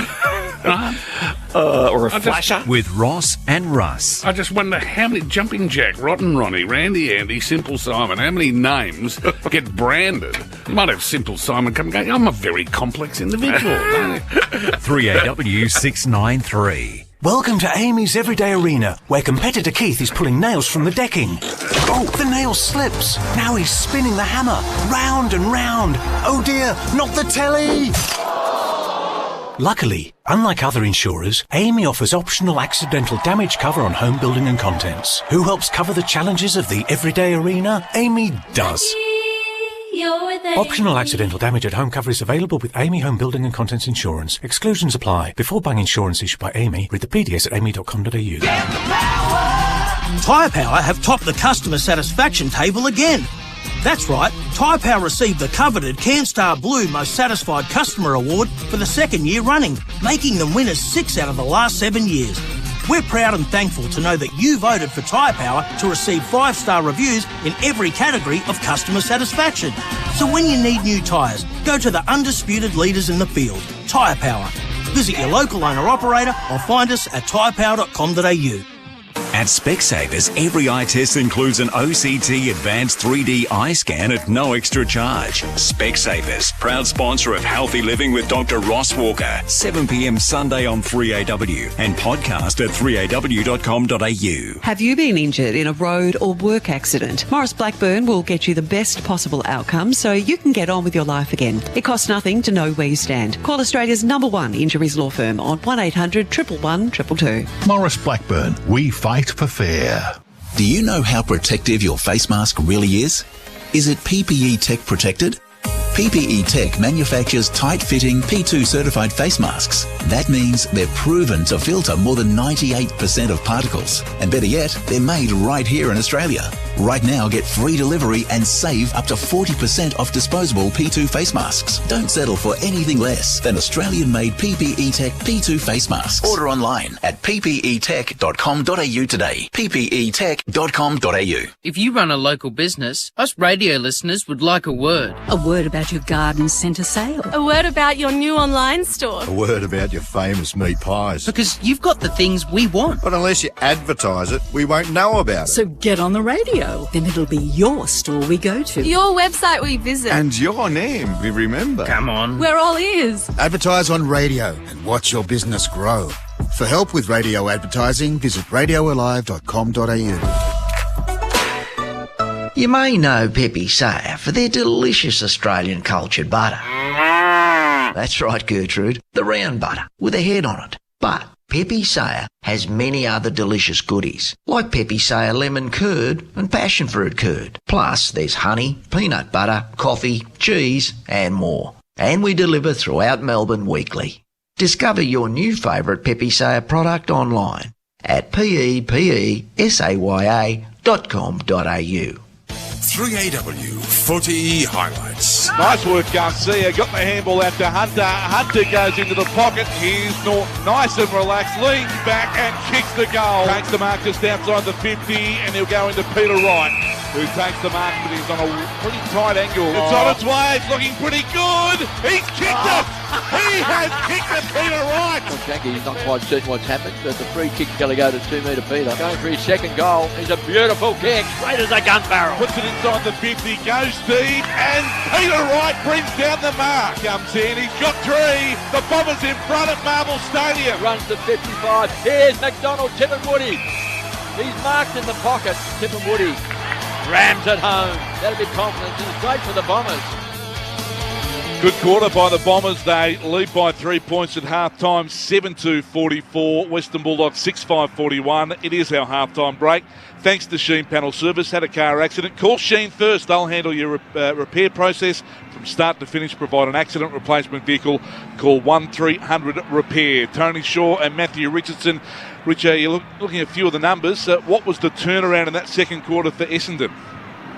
Two things for the Bombers, Matty.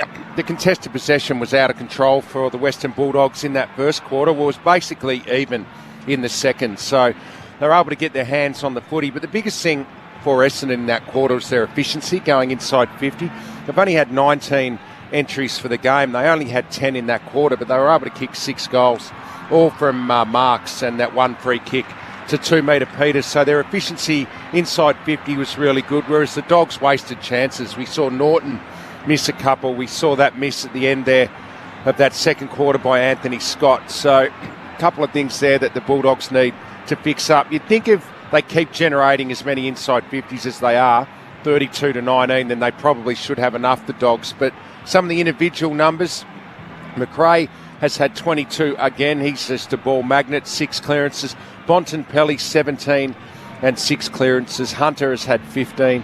The goal kickers, a couple of goals to Josh Bruce. Merritt 17, Parrish 13, Cutlass had 12, and big 2-metre Peter and Aaron Francis are the goal kickers, 3 and 2 respectively. So they've found 5 goals out of those two by half-time, something you mightn't have predicted there, Shorey. Especially when they sort of struggled to mark the ball other than Francis in that first quarter. The other one is Scotty Draper's had 23 hit-outs, 7 to advantage, so he's got on top of English, and some of those clearances were sensational. One really big tap from the centre to get a cheap shot at goal. So if they can keep that dominance around the ground, maybe they get enough use, because once the Western Bulldogs dominated the first quarter in that, but I thought Essendon did a better job of clearance-wise. Even though the numbers didn't say it, they made the Western Bulldogs look slow when they have to defend once they haven't got the ball. Yeah, and they didn't defend. They've only had 18 tackles, the Western Bulldogs. I reckon Luke Beveridge would be pretty annoyed with that at half-time. I mean, 18 tackles in a half of football is fairly ordinary. I know the game's an open one and a fairly uncontested ball dominated half of football there, but 18 tackles in a half. He'd want a little bit more intensity around the ball, because the Bombers were able to move it pretty easily at times in that quarter, and that's what got them back into the game. I just thought we were talking about, Wright hadn't played a big part, but he's kicked 3 goals in that quarter, and we were talking about that changeover, that, that maybe Cordy could have gone to Wright, who's a bigger player, because Cordy was getting beaten by Francis, who's kicked 2 on him. So I think that's just a natural move to see if you can control it, because with Wright kicking 3... I think they did right at the end of the quarter, Shorey. Did they? Right at the end? Wright came up and went for a mark on the wing, and Cordy was with him. So maybe Wright, if Cordy had gone to him early, have not been able to cope with Francis, maybe Wright doesn't have that impact. But, that's what coaching's about from the box, and Francis has really given him something to aim for. Probably should have taken another 2 or 3 marks. But, look, it's all about clearance. I think Essendon just dominated that. Like I said, Draper got the best of English. And if that continues, Essendon got a big chance of winning this game. We've talked about the Bombers the last couple of years about having that big-bodied midfielder to go in there with Merritt and Parrish. Well, Stringer's that man at the moment, isn't he? I mean, he gets in there and he gets those centre clearances. He handballs it out. He really makes a difference. He's fit and going into the midfield. And he's got that burst of speed. So if he wins a clearance in the middle, he can really burst free, and you can't tackle him. So if he gets his hands on it, he's strong enough to at least get a handball off. So he's a real weapon when he goes into the middle. Hasn't hit the scoreboard yet today, Jake Stringer, which he has been doing this year. He's kicked over 30 goals, 32 goals for the year, 2 goals a game, and winning clearances. I mean, that is just a valuable player. That's why they've re-signed him to a new 3-year deal. Yeah, you cannot lay a glove on Jake Stringer when he's up and going. Can they go on with it, the Bombers, do you think? Yeah, sure. I think if they dominate the ruck, I think if it would turn the other way and they got too much of the ball, the Bullies, that they will hurt you. But, they just showed in that quarter. And the Western Bulldogs, although they're great at the contest and getting the ball out, they don't get back quick and run hard to defend. They do it in numbers once it slows down. But if you've got some speed out of the contest, like Stringer, I think that really hurts them. still a chance to make finals, the Bombers. Still a slight chance. They've got a good percentage, but if they upset the Bulldogs today, that would be a very, very big win. If you have a look at that, they won't go into the 8 because the Giants are obviously 6 points clear of them, but they'll sit in 9th position tonight in front of Richmond if they win, and then obviously whatever happens with Fremantle, if they win, they'd then go into the 8 Fremantle. But yeah, they're a chance, and they've got to win this. They've got the Suns next week, which is a very winnable game for Essendon, and then in the last round, I'm pretty sure they have Carlton in the last game. So well, they could win the last 3 so games, they can. They'll win those last 2. I think their percentage is slightly better than the Tigers. Yeah. So this game today, if they win this, you'd think they're in the box seat. Big half of football coming up for the Bombers. Stick around. We're all clear on the injury front with thanks to Physio Crem. Let's take a break. Come back and we'll hear more from KB, Tony Shaw and Matthew Richardson on the way to the break. Let's go to the 3AW newsroom and say good afternoon to Roche Murdoch. Hi there. Victoria is expanding the rollout of the AstraZeneca vaccine. From tomorrow, 9 out of 50 state clinics will offer the formula to people aged 18 to 39. They must consent to the jab after a conversation with an on-site doctor. Victoria has recorded 11 new cases. All of them are linked, but they have been in the community while infectious. In New South Wales, an elderly woman has died with the virus at a Sydney nursing home.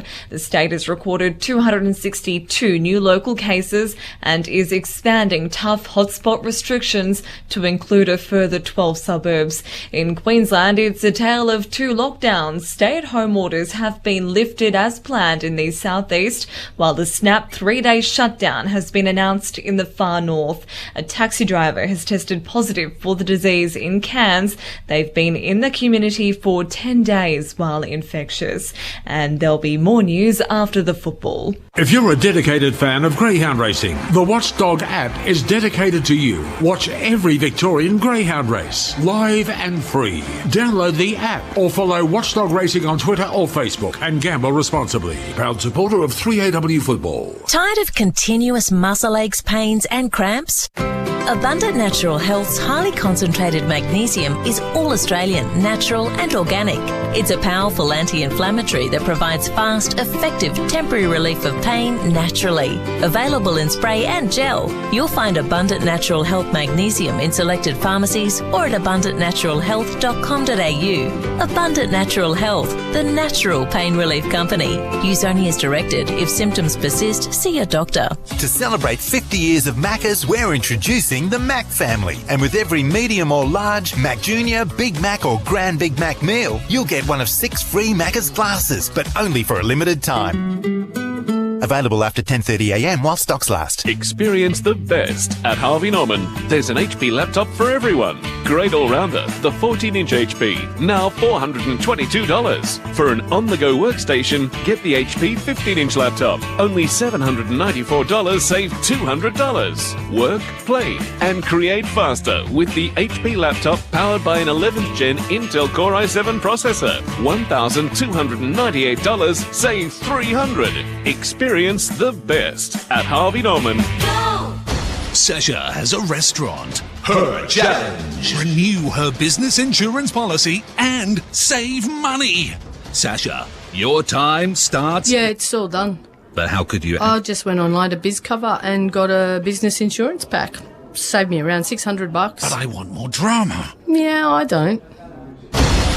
There are literally no dramas when you go to BizCover, the business insurance specialists. Save time, money and get instant cover at bizcover.com.au. Let Brett Steen and the team from Jacaranda Financial Planning sort out your super and retirement. Heard on 3AW for years, Brett provides trusted, clear superannuation and retirement advice. Jacaranda Financial Planning. Call 1800 40 26 10. Hi, I'm David Beck. Hi, I'm Alan Beck. And together, we're Beck's Bedding. Give us a call and we'll handcraft a bed to fit your needs. We'll deliver it to your door and take away your old bed too. Beck's Bedding. Custom bedding delivered to you. Visit becksbedding.com.au. Got mountains of stock that you just can't move? Is your warehouse full and you need the space? BuyMyStock.com.au are the experts in clearing stock without disrupting your market. Turn your unwanted stock into dollars. Visit BuyMyStock.com.au. This is Gus Warland. When I started Gotcha for Life, I wanted to see a world where people are comfortable to express themselves when they're not okay. Staying close to your mates and supporting them is one of the best ways that we can do this. Staying connected helps build our mental fitness. It's that mental buzz, that little feeling of goodness that comes from being close to your mates. So always be there for each other. Take the pledge and become a Gotcha for Life mate today. Visit gotchaforlife.org/mindyourmate. Great business starts when you're in control. With the Optus Business Connect plan, get up to 8 SIMs and up to 300 gig of data, all on one simple plan. Great business starts with yes. Explore the Optus Business Connect plan in-store or online today. T's and C's apply. Throughout Australia, this is 3AW's coverage of the 2021 Toyota AFL Premiership season. Well, half-time and maybe a bit of a surprise. The Bombers, they lead by 3 points. There was a 16-point turnaround from that opening quarter when the Bulldogs led by 13. So they're 6-5-41 the Dogs, 7-2-44 the Bombers. Oh, KB, it's the tea alert. Your cup of tea alert's come back. Is it all right? Look, I've got it on the bench, but I've got it behind the screen. And they've got a little compartment for it this week. I've got it so that Richo can't knock it over like he did last week. Oh yeah, all right. He got very excited last week, and his arms went everywhere, and I got the blame for it. And it wet your book that you used, Yes. KB. All your tea, and you didn't get a new book. It's all dried tea all over your book there. That's okay. That's okay. No, you don't want to throw out good paper. No. That cost me about 90 cents. Now, can I tell you about Matty Lloyd at Marvel last week? He bought his all his stats and all that in, and he had one of his daughter's exercise book from Science, grade 6B, Science or something. He had stolen one of his daughter's exercise books to write in. I thought you are the tightest man I've ever known, other than Richo. Goal kickers so far in the game. For the Bombers, 2 metre Peters booted 3 goals in that second quarter and a couple of goals to Francis. So 5 goals between their 2 key forwards. Draper also has kicked a goal, as has McDonald, Tip and Woody. And for the Doggies, a couple of goals to Josh Bruce, who kicked them in the first quarter, playing game number 150, and goals to Wood, and also Norton has scored a goal as well. So they're just all single goal kickers. And Treloar kicked a goal also in that second quarter for the Doggies. Interesting second quarter because the Bulldogs appeared to be well on top in the first quarter, just wasted their opportunities, missed some set shots, particularly by Norton, also by Liberatore, and also by Ugle Hagan, who missed one from the top of the square. But it's opened the door, and I suppose in football, if you don't take your chances, you leave that little 10-minute, 15-minute window open, and the Bombers grabbed it in that second quarter. They did. They were efficient going inside 50, had the 5 goals from set shots and the 1 free kick to Peter Wright. So, look, it's hard to keep going with that rate of efficiency inside 50. Only had 19 entries. So they're going to have to generate some more inside 50s to go on with it, I would think. I'm not sure that's sustainable. But they're in it at the moment. And, that second quarter was really promising for the Bombers. And it's a big game. If they win this, as we said, they've got the Suns and Carlton in the last 2 weeks of the season, which will give them a really strong chance to sneak into the 8. So this is the one. If they pinch this, a real bonus for them. And it's interesting, Tony, because McRae's had it 22 times, Bontempelli 17, Hunter 15 and Bailey Smith 14. So got the 4 out of the top 5 possession winners on the ground are all Bulldogs. Yeah, but again I say if you don't defend when the opposition got the ball well and with the speed off the contest, I think Essendon have shown them up. I'm just looking for the future of Essendon. Like Heppel, Langford and McGrath come into this side. You'd think, looking what they've got in their armoury, you'd think they would play finals next year. I would think everybody was talking about Carlton this year. I had them, I think, 14th on the ladder, Carlton, so I didn't rate them. But Essendon, with those 3 players to look forward to next season, even if they didn't make the finals this year, they've got a great future, I'm thinking. And then guys that aren't playing today, Archie Perkins is the medical Perkins is another one, and young Harrison Jones, yeah. Well, he's a player of the future. It's the future, isn't it? So if Francis develops as a forward, Jones comes in, you've got Peter Wright, if he can continue to have an impact. Do you know, I was right, I checked it at half-time. He never played a game with the Gold Coast Suns last year. In 2014, he was pick 8 in the draft at 203 centimetres. Couldn't get a game last year at the Gold Coast Suns. He was emergency on a couple of occasions, and he's shown his talent in this game. He's booted 3 goals in that second term. Ready to go to the start of this third term, here's Matty G. So Bombers by 3 as we begin the second half. 3AW footy with thanks to McDonald's from Marvel Stadium. And Draper and English, good contest all day. Both got a piece of it, and then Stringer, the big tackle on McRae, and we're going to have another ball up. Final scores over at the MCG. Hawthorn by 19 over Collingwood there. Ball up, comes out to Devon Smith, who's tied up in the tackle. And again, no prior, so the umpire will come in and ball it up. 15-7, 97 Hawthorn. Collingwood 12-6, 78. Only had one clearance so far, Libber. McRae put the handball out to Bailey. Dale somehow got out of that traffic and then kicks it up inside the 50. Was there a push there from Stewart? Umpire says no. Ridley, nice, cool, calm and collected, goes with a clearing kick for McDonald. Tim and Woody couldn't take it cleanly. Treloar to Easton Wood and just flopped that one off his boot and went out on the full. And the Bombers have the free kick in their defence. I think that's one of the most disappointing things this year, Tony, is that the player playing in front gets pushed in the back and it doesn't get rewarded anymore. I think that's one area of the game that the umpiring can look at, because I know they got rid of hands in the back, but you know, there's too many times where players just push players out. It's not fair. You don't mind body on body, but not with the hands. So Laverde from half-back kicks back towards centre wing. On the stretch that time was Francis. Here's Treloar strutting his stuff. A couple of early touches in his third term. Gives it back to Bailey Dale. Look away handball, finds Bontempelli. Squeezed along the boundary line to McRae. Keeps it alive. They're inside 50. On the stretch, Laverde, back of the pack. Liberatore charged at the ball. Merritt got there first. Holds him up in the tackle. We've got a ball up. What do you think was ingrained in the Liberatore family? They were great tacklers, both of them. I think they did some wrestling as youngsters, or I know Tony did. Well, it wasn't Libber's brother a weightlifter? So here's a chance for the Dogs. This wild kick right across the face of goal has been marked by Cutler. Yeah, I think he was a weightlifter. May have even gone to the Commonwealth Games. At a high level anyway. 3 points the margin in favour of the Bombers. There's Cutler's kick, a bit too much on it, and it was knocked over the boundary line by Hunter, and we'll have a throw-in 75 metres around from the Bulldogs' goal. A couple of minutes into the third quarter. 3AW footy with thanks to Maccas on the Collins House scoreboard. A 3-point lead for Essendon. Ball back into play. English knocks it down. Going at it was Hunter. He may have been taken high or in the back. Garcia is shut down by 3 Bombers. And the umpire will come in and ball it up. Half forward for the Western Bulldogs, just on the edge of the centre square with a lot of numbers around this stoppage. Draper was able to get it down, and somehow Parrish got it out of congestion and kicked it down the wing. Easton Wood trying to buffet his way through. Now missed his boot with the ball that time. Merritt behind. Dodging, weaving, changes direction, and he just overcooked the kick. So here they come on the counter punch. Bont just slipped over at the critical stage. And now Treloar, he couldn't get hold of the football. Ridley is back there. He's just so cool, calm and collected. He goes all the way back to Hyde, who's got it in the back pocket. A lot of urgency in the Bombers game at the start of this third quarter. A lot of strong tackling.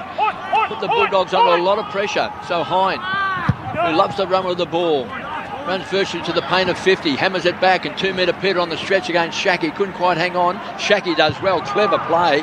Spiked the ball out that time to Jure, who kicks the ball back. Norton on the second grab. Bruce the free kick. So Josh Bruce, free kick against him, goes to Ridley.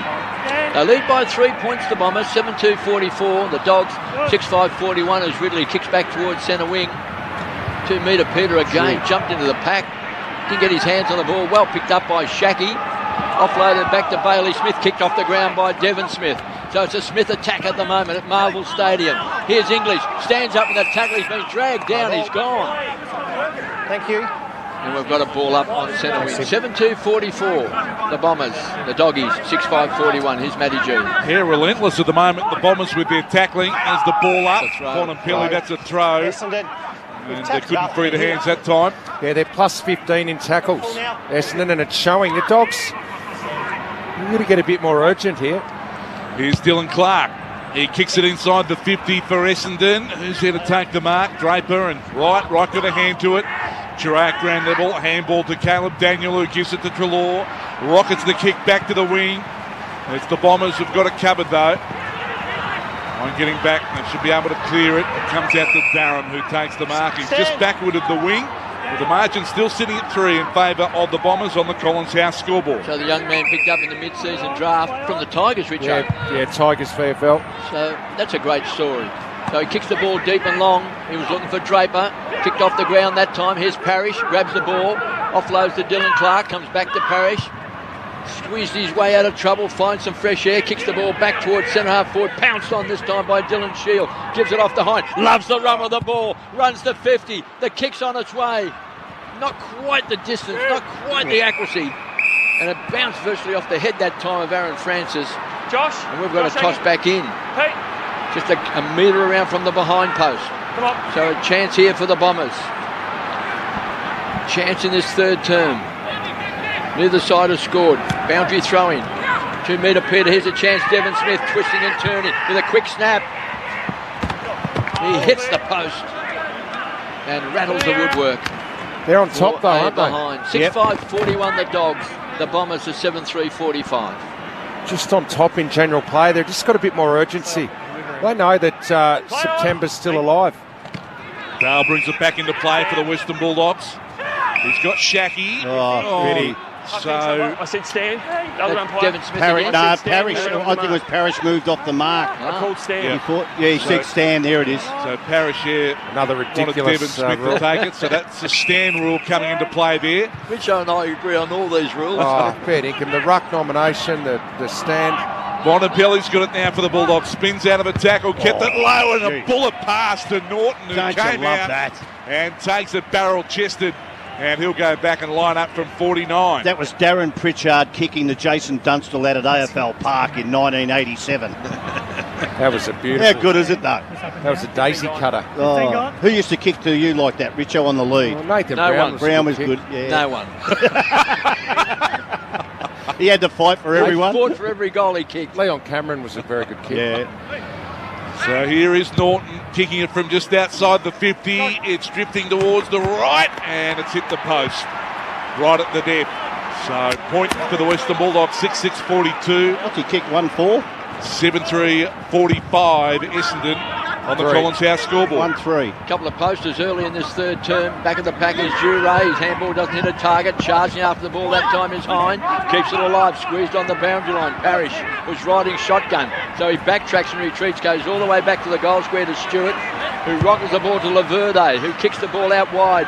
And backing back with the fly of the ball. Took a bit of courage that time. Hunter got a fist to the ball. Sends that Sharon sailing back over the boundary line for a toss back in. Tim, Peter. So Bontempelli trying to lift the Dogs. He's had 20 possessions, 25 to McRae. Zach Merritt with 18 and Parrish with 17. So the ball magnets getting the hands on the ball for both clubs. Here's Parrish again. Paddled that ball out, being pinched by Richards. Hold the ball. And he drops the ball. And the free kick will go to Cutler. Incorrect disposal, so he goes wide. So time for think music. Bombers just slowing things down. So Hine from half back. Beautiful long kick. Francis with the high fly, got a fist to the ball. Picked up by Clark. Here's Dylan Shield. Grabs the ball, loves the run of the ball. He's an explosive player. He's looking for Waterman. Great play that time by Williams, who kicks it off the ground. Here's Jure. He'll share the ball around with Caleb Daniels. They're out of trouble, the Doggies. Cordy hits the target, McRae. Back to Cordy. Stands and delivers and kicks the ball back to the edge of the centre square. Pounced on by, guess who? Bontempelli. Takes the bounce, Bontempelli. It goes across to Treloar, who's got it on the medallion side of Marvel Stadium. He's standing right on the logo, looking for something further up the ground. He's going to go back to the middle. I've got a runner now. Shacky's going to put it inside the 50. He's wasted that kick, though, straight on the chest of Laverde, as if he was picking him out. What about Dylan Shield? He's had the speed to run through 50. He just does not want to kick a goal. He's not confident himself. He's got to pull the trigger, doesn't he? Yep. Laverde now kicks back to the wing. Pack of players. Peter Wright was there, can't take it. In goes Durham. He was able to take it, and he's been spun around, given some latitude. The umpire didn't blow the whistle. Duckley hands it, and he's got the handball to Bontempelli, who is able to collect. He got the handball to Liberatore. Liberatore gets the handball forward. They're on the move here, the Western Bulldogs. Now Edwards picks it up, 49 metres out. He scrubs the kick. Good, clean pick up that time from Norton. Now McRae angles a kick round his body. Still alive here for the Western Bulldogs. Kick off the ground that time by Richards was charged down. The defence holds up well for Essendon. Now Hine, he's under the bump, has to handball back to Stewart. Last line of defence, all hands on deck, Essendon, and Ridley goes to the clearing kick. They were on the ropes he's then. turned it over, KB. They were on the ropes then, the Bombers, and now Easton Wood goes short. Gives it to Libba, 35 metres out, charges in the goal. Libba kicks a goal. So they nearly made something out of nothing that time, didn't they, really? Because the Bombers, they're on the ropes, they kicked it out, and then finally Libba has delivered. They're back in front, the Dogs, 7-6-48.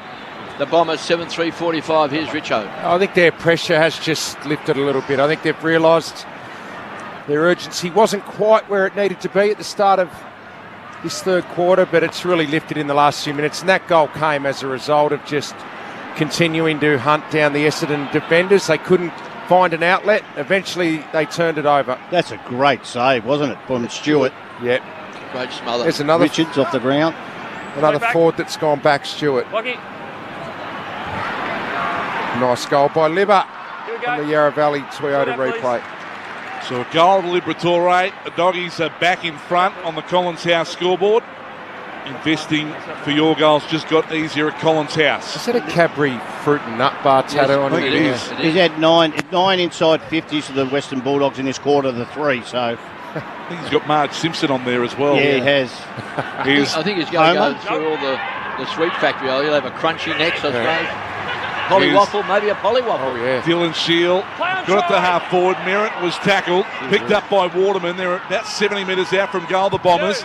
And now pulling the trigger with the kick. Parrish goes to that hot spot. Right, got hands to it, couldn't take it. Devon Smith waiting down. And the fend off from Devon Smith. Oh, now it's going to go the other way.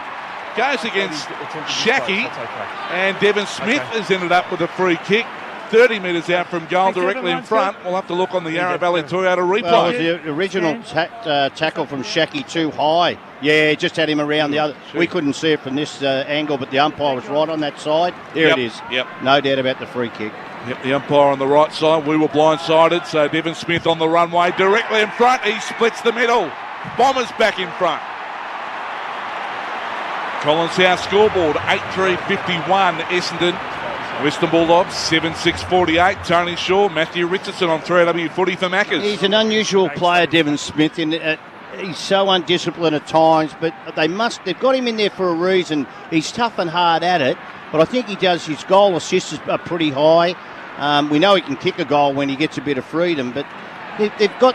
I don't know whether he's going to be in their best 22 when it all comes with a crunch. I think he is, Tony. Best 22? Oh, yes. He's when you get Heppel, Langford, McGrath. I think so. All right. He won their best and fairest a couple of years ago when he came in. Yeah, I understand that, but Giants. But he's tough at the ball and he's quite quick and he can kick a goal. I think he's an important player for him when he's fit and well. You like him, Richo? Yeah, well, he's in the team to play this role. He's not going to be a high possession gatherer, but he's pressure inside 50 and create some goals. Bombers lead by 3 points. Here's Dylan Shield, explodes from the centre square. Scrubby old kick. Poor kick off the boot. That's always been his rap on his game. Lets him down, yeah. Straight on the chest that time of Bailey Williams. It's great to see him break away like that, but for someone who's such a good kick and he's got a natural kicking action. He looks so well balanced, doesn't he? He does. But he doesn't follow through with the efficiency. Here's Bailey Dale, who's had a cracking year for the Doggies down at half back. So he takes off. Found in position during the practice match series. Goes back to Shackey, who keeps the ball alive. Here's Hunter in a one-on-one contest against Cox. Too tall that time, gets a fist of the ball. Sends that Sharon sailing back over the boundary line for a toss back in. It's hard to pick who's going to win this, isn't it? It's a real 50-50 game now. So Shackey there limping. Did he get hurt on this fake grass here? No, it went on his ankle. Hyperextended his knee a bit there. Looks like it, leg. It bent backwards then. Here's Norton in the ruck. Gee, if he goes to go off, that'll be a big out. So Liberatore burrows in for the ball, working hard. What a warrior. Gives the ball back to Hunter. And back is Ridley. He's a fine young player. He's already been a best and fairest winner for the Bombers. Gives it off to Merritt. Just keeps on winning the ball. Now Cutler. They're one down. Forward line. And Draper. Oh, that's nearly 50. It's against him. Gee, that was lucky because he took the mark and then thrown to the ground. I think Peter Wright gave a free kick away before that. Here's Bontempelli. He's the person they've got to stop because he inspires the doggies. He's a big game player and he's a big moment player. They've got to just get on top of Bontempelli if they want to win this game, the Bombers. That kick went short to Bailey Williams. Not 15, was it? Or touched off the boot. Well, Easton Wood's going to have to play tall now in defence with Shaki going off. We've got a ball up in the meantime, 50 metres out from Essendon's goal. Draper takes a clean possession out of the ruck and then kicks it to the top of the goal square. There's no mark. Guelphy's got it and kicks the goal. So Guelphy, a goal for the Bombers. Nice little break now for Essendon, 9-3-57. Western Bulldogs 7-6-48. Shaki is off the ground into the rooms. An injury update for physio Krem. A massage gel for temporary relief of muscular aches and pain. So they've got some issues, the Western Bulldogs. They do down back. They've already struggled today. Essendon taking marks inside 50. You'd get Stringer down there now. You try and really stretch them because Easton Wood is going to have to play tall. Bailey Williams will have to play tall. And if they can get a couple of quick inside 50s here, if Shaki doesn't come back on, could be a real blow. You're good on knees because you had several knee problems yourself. Yeah, that. So what's happened to him here? He's hyperextended that knee, and that's. Is that a PCL? It could be. It could be any of the three. We need the Ox here. He's the man. Yeah. Well, he had 26 knee operations.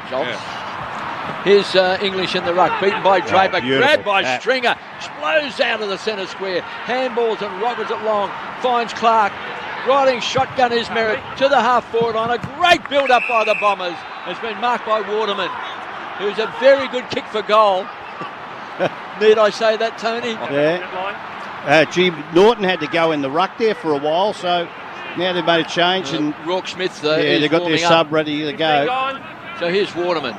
Doesn't win a lot of the ball, Tony, but usually he's a role player. He's a pretty good kick, a role player. They call them role players. 6-1 from set shots in 2021. It's a pretty good kick. So here he goes, Waterman, from 48 metres out. Kicks on its way. Kicks on its way. Yes. He's missed by a big margin. I want you to tell me that I'm not going to win Tats Lotto on Wednesday night because I'm a chance. Totally sure you're not going to win Tats Lotto. Beautiful.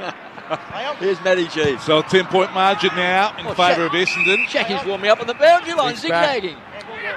So Shaki is looking okay. So we'll get back to that in a moment. Here's Garcia at half-back, able to win it for the Western Bulldogs. Handball to Bailey Smith, handball to Richards, back to Smith. Smith now bashes it onto the boot, kicks the half-forward. No mark that time to Jamara Ugle-Hagan. Got hands to it though. English hunting the ball. Handball to Ugle-Hagan. Goal coming up for Bulldogs. Ugle-Hagan kicks it. Didn't give up the ghost, Jamara Ugle-Hagan. He dropped the mark, but he backed up well, the young man. And a critical goal for the Doggies, just as the Bombers were building momentum. 8-6-54, Essendon 9-4-58. And that's on the Collins House scoreboard. Well, they nearly stuffed that up, the Western Bulldogs. Ugle-Hagan and English went at the ball. But Sam Draper, he looks like he was in slow-mo. I don't know if he's been on the ball for a fair while, but at ground level, English followed up again. So great work from a bloke who's, 207 centimetres tall at ground level. I'll tell you what, the Dogs wouldn't be happy when they look at the score sources today. 45 points Essendon have scored from stoppages. They're not defending from stoppages well at all. Bombers lead by 4 points.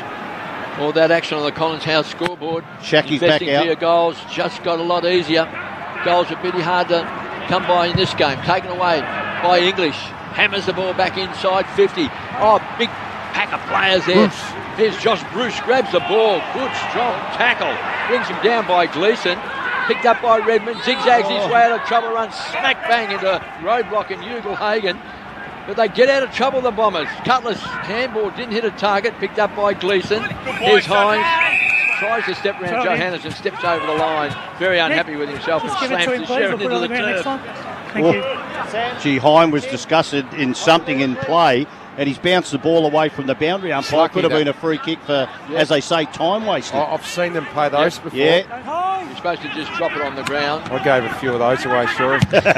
Here's Merritt, still strutting his stuff in the midfield. Hammers the ball for the Bombers out towards centre wing. Bulldogs have got the numbers. Picked up by Williams. Back towards the half-forward line. Here's Merritt again. Back to Dylan Shield. Back to Merritt. Charging after the ball this time for the Bulldogs is McRae. Made it a real contest.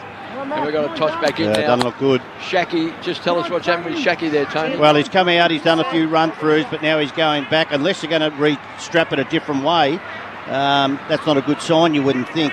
Yeah, back in the rooms for Shackey. 4 points the margin in favour of Essendon.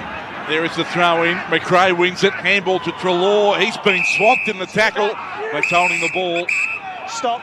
So free kick to the Bombers. In the back. Oh, in the back. Gee, that was a late call.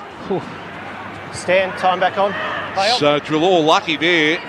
Gives the handball to Daniel. Caleb Daniel inside the 50, and English takes the mark on the stretch, and the big man will go back and line up, and he's at a tight angle. I reckon he's getting Draper at the moment. As I said, I thought Draper was very slow in that contest, and he's just pushing forward, English. He's a danger. And we can see Sam Draper, he's about 20 metres back in the corridor. He just couldn't get there. Well, let's see what English can do here. He's normally a good kick too, KB. Yeah. Oh, he's an outstanding kick. Outstanding kick. We keep going with it. Try and put the Western Bulldogs back in front. Couldn't miss. Tim English kicks from 45. The angle is tight. Nice kick. That one is drifting across the face, though. Big pack of players. Bruce has taken the mark. Bruce Almighty. Oh, I love it. Push out. He'll go back and line up from the forward pocket. Keep coming. Hello, Bruce. Hold that line. Bruce Almighty, I like that. Well done, Matty. 15 going.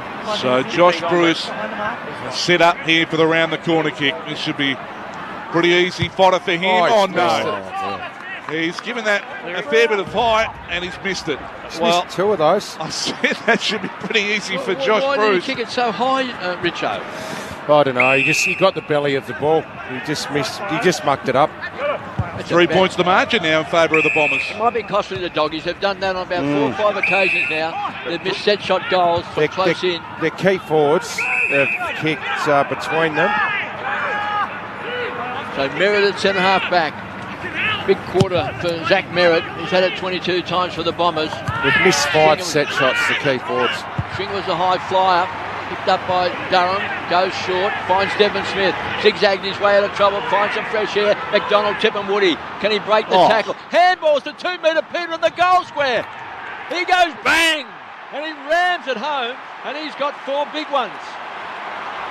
The Bombers 10-4-64, the Doggies 8-7-55. All that action on the Collins House scoreboard for 3AW Sunday afternoon footy for Maccas.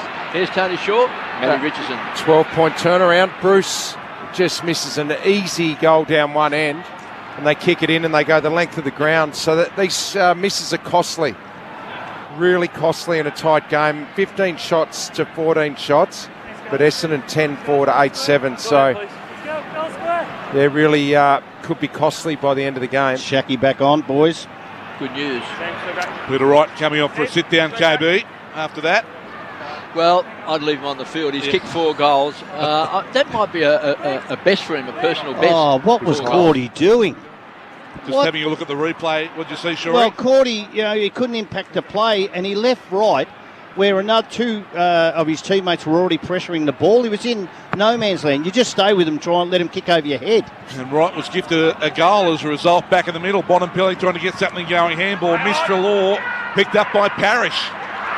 Turns around Parrish, runs himself into some space and then kicks it out wide. After it here is Stringer. He can't gather initially. He kept on going. Shackey wanted the boundary line. Was that deliberate? The umpire says no, bring it back in, and we'll have a throw in 49 metres around from Essendon's goals. He's got a lot more urgency and more vigorous, isn't he, Shackey, down back than he was on the forward line, because that was always the criticism of him, you know. He just looked sometimes a little bit insipid, but not down back. He's having a real crack. Here's Parrish with a quick snap. He has kicked an absolute killer-diller. An impossible angle.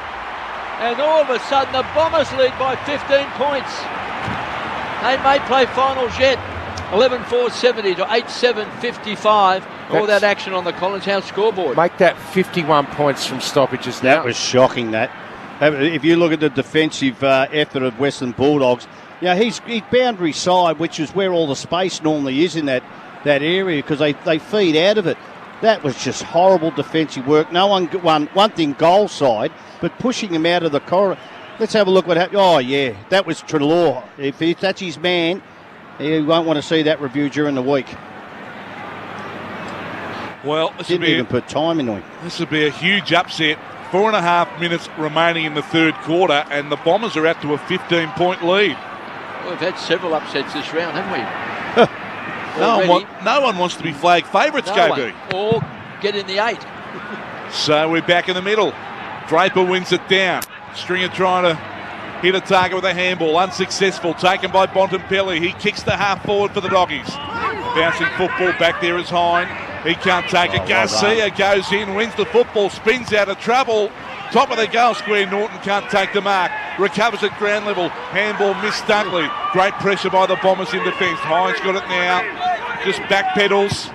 Has to get it onto the boot. And has he hit a target? No. He's turned it over. McRae comes in, takes it, then centres it. And the mark has been taken 45 out. Slightish angle.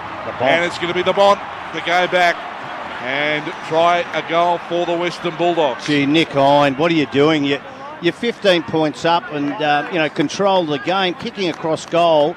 We're getting later in the quarter now. You must have thought you've got to play a straight bat. If there's one thing Marcus can improve a little bit is his set shots. So Marcus Bontempelli, they need a goal. The Western Bulldogs from 49 metres. Starts it right. Can it drift back? It won't.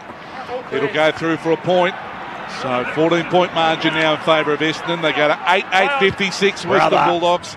And Essendon 11-4-70. So Ridley brings the ball back in the play. Tony Shorty's very best. He loves that, Shorty. I love him. Here's Cutler. Squeezed up in the back pocket. Kicks back towards centre wing and Francis on the stretch. Out marked by Shackey. I can't believe the improvement in Shackey as a defender. It's been fantastic. Then he goes short. Finds McRae. Gets the run of Hunter. Top of the square. Can they take a mark? Bruce is in the pack. Kick. Quick snap. Goes right to the line and Guelphy spikes the ball through for a minor score. 8-9-57 the Dogs, 11-4-70 the Bombers. Dunkley's had 15, but I just haven't really noticed him. So pressing late the Western Bulldogs. Redmond brings it back into play. Just goes the shortest of kicks to Ridley. Still in the back pocket. Ridley doubles back over his mark. Umpire calls him to go. Kicks to a contest. Flying in was Francis. He can't cling onto the mark. Hunter handball to Williams. Williams dumps it inside the 50 for the Western Bulldogs. Bouncing footy. Bruce takes it. Opens up the angle and hit the post. What? He has hit the post, Bruce. Can you believe that? That was an absolute soda. How far out was he, Richo? 8 metres. Gee. They've wasted so many opportunities like that, the Bulldogs. More than likely, they could kick themselves out of this game with set shots and misses like that. I mean, he's at the top of the goal square. Not 15. Oh, he's gone. And Merritt is caught by Bruce. My ball. You nearly got to have a rule in itself about this. Is it prior opportunity gone when you don't kick at 15? It's like a handball. That looks 15. Sam, 10, straight back. So it's a toss up, about 20 metres out from goal. Doggies with a chance. Taken away that time by Durham. Kicks the ball straight back to Bailey Dale. Wrapped up in a strong tackle. He's a powerful kick. Spins around, kicks the ball back. It's been marked by Scott, but it's touched off the boot, and he's been crunched. Thank you. Sam, he loves the physicality, Draper, too. He's a beauty. Oh, he's got to be a star. He gets involved. I love it. No. Here's a chance. Guelphy bends down low for the ball. Picks up, trying to keep it alive with Parrish. Here's Bontempelli trying to inspire the Dogs late in the second quarter. Taken away by Redmond. Charges away from the half-back line. Gives the ball off. Intercepted that time by Johannesson. Can he hit a target out wide? He can. He finds Treloar, who's 50 metres out. He should treat this like he's on the run, Treloar. He's a good kick on the run. So he's got to keep the man on the mark stands just inside the paint of 50, so it'd have to be a 54-metre kick, 54, 55. He said he's going to have a shot at goal. I just wonder whether this is another signal as a sort of a stop play, maybe set up play here. I reckon he's having a shot. So Treloar from 55 metres out, kicks on its way. He's got the... Oh, no. English on the line. Stood there in front of Draper. And he's marked it between the goal post and behind post, right on the line. 10, half a metre. Thank you. All you need is to be calm here, Richo, and just take a couple of steps out, left foot. Oh, he's hit the post. Hits the post.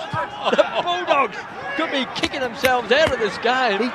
He rushed it. 8-11-59. And the Bombers lead by 11 points, 11-4-70. Here's Matty G. Their last 5 scores have been behinds. They've missed some absolute gimmies. Back into play. Essendon Francis can't take the mark. Off hands over the boundary line. We will have a throw in. I'll tell you what, Sam Draper needs a spell, though. English is getting on top. It was like that about halfway through this quarter. They need that siren just for his sake in a way. 70 plays 59 in favour of the Bombers as the siren is about to sound for three-quarter time. Clark was able to dig it out and then kick it down the wing. Francis can't take the mark cleanly. He's been tackled, lost the boot in the process, and we're going to have another ball up just forward of the wing favouring Essendon. 22 seconds left. So time enough for a goal. Draper knocks it down. McRae tried to get hold of it. Hunter's kick was charged down.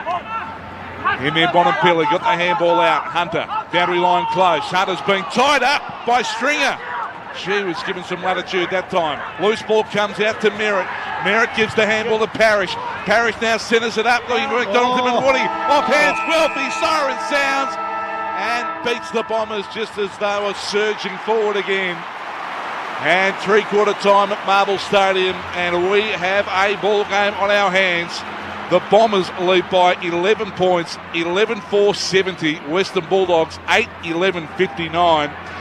The goal kickers, 4 goals to Peter Wright, 2 goals to Aaron Francis, singles to Draper, Parrish, Smith, Matt Guelphy and Anthony McDonald, Tippenwoody. And for the Western Bulldogs, Josh Bruce has a couple, and then singles to Treloar, Wood, Liberatore, Ugelhagen, Norton and Joe Hannison. Western Bulldogs led it by 13 points at quarter time. Bombers led by 3 at half time. And Essendon out by 11 at three-quarter time. Don't go anywhere. We've got a huge final quarter coming up. For McDonald's, 3AW is Sunday Football. Major building projects for the trade or a DIY home reno. Robot Building Supplies is the Australian-owned family-run business you can trust. Robot's got it. Robot's product range is vast and world-class. And when it comes to product knowledge, Robot's got it. Next-day delivery in Metro Melbourne. Robot's got it. Over 70 years experience and reliability helping Melburnians. Robot Building Supplies. Notting Hill, Sunshine, Preston, Dramana, Pakenham, Coldstream and Darnham. robotbuildingsupplies.com.au. ROBOT. Robot Building Supplies. Dad, come kick the footy with me. Sorry, buddy. My knee's playing up again. Please, Dad. If you're one of the millions of Australians who suffer from muscular aches and pains, you want a massage gel that provides effective relief. That's why you should try PhysioCrem. It contains menthol and naturally derived ingredients which provides temporary relief of muscular aches and pains. Pick it up from your local pharmacy, Woolworths, Coles or Chemist Warehouse today. Buddy, let's have a kick. PhysioCrem. Always read the label. Follow the directions for use. If symptoms persist, talk to your health professional. Unable to work due to illness or injury? You could claim insurance through your super. Morris Blackburn ensures you get your full entitlements. For a free super claim check, visit Australia's #1 super claims law firm. Morris Blackburn. We fight for fair. Tonight on 9, 7 o'clock. Melbourne's most exciting block in years will deliver twists. The biggest cheating scandal in TV history. Turns. There are no plans. And surprises. Oh my God! Like you've never seen before. This is extraordinary. Television's best reveals are back with incredible wows. From the very first night, The Block. Tonight, 7 o'clock on 9. Have you noticed changes in your hearing? Did you know that addressing your hearing loss is more than addressing your hearing? Expression Audiology will work with you and look at your lifestyle to find the best hearing solution that suits you. Expression Audiology. Hi, Julie here with another sleep tip from Bev Marks, the Sleep Professionals. Most teens don't get enough sleep. This can impact their learning, concentration and problem-solving skills. It has other impacts as well. Teenagers need between 9 and 10 hours sleep a night. Even an extra 30 minutes can make a big difference. And remember, better sleep, better life. Today's sleep tip brought to you by Bev Marks, the Sleep Professionals. She and Panel Service. If you've had a car accident, call Sheen first. We'll handle your repair process from start to finish and provide an accident replacement vehicle at no cost to you.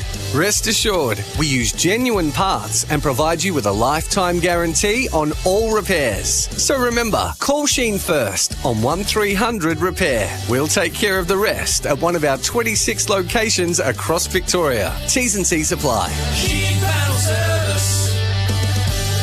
3AW footy highlights. Are on the ropes then the Bombers, and now Easton Wood goes short, gives it the Liver, 35 metres out, charges in the goal.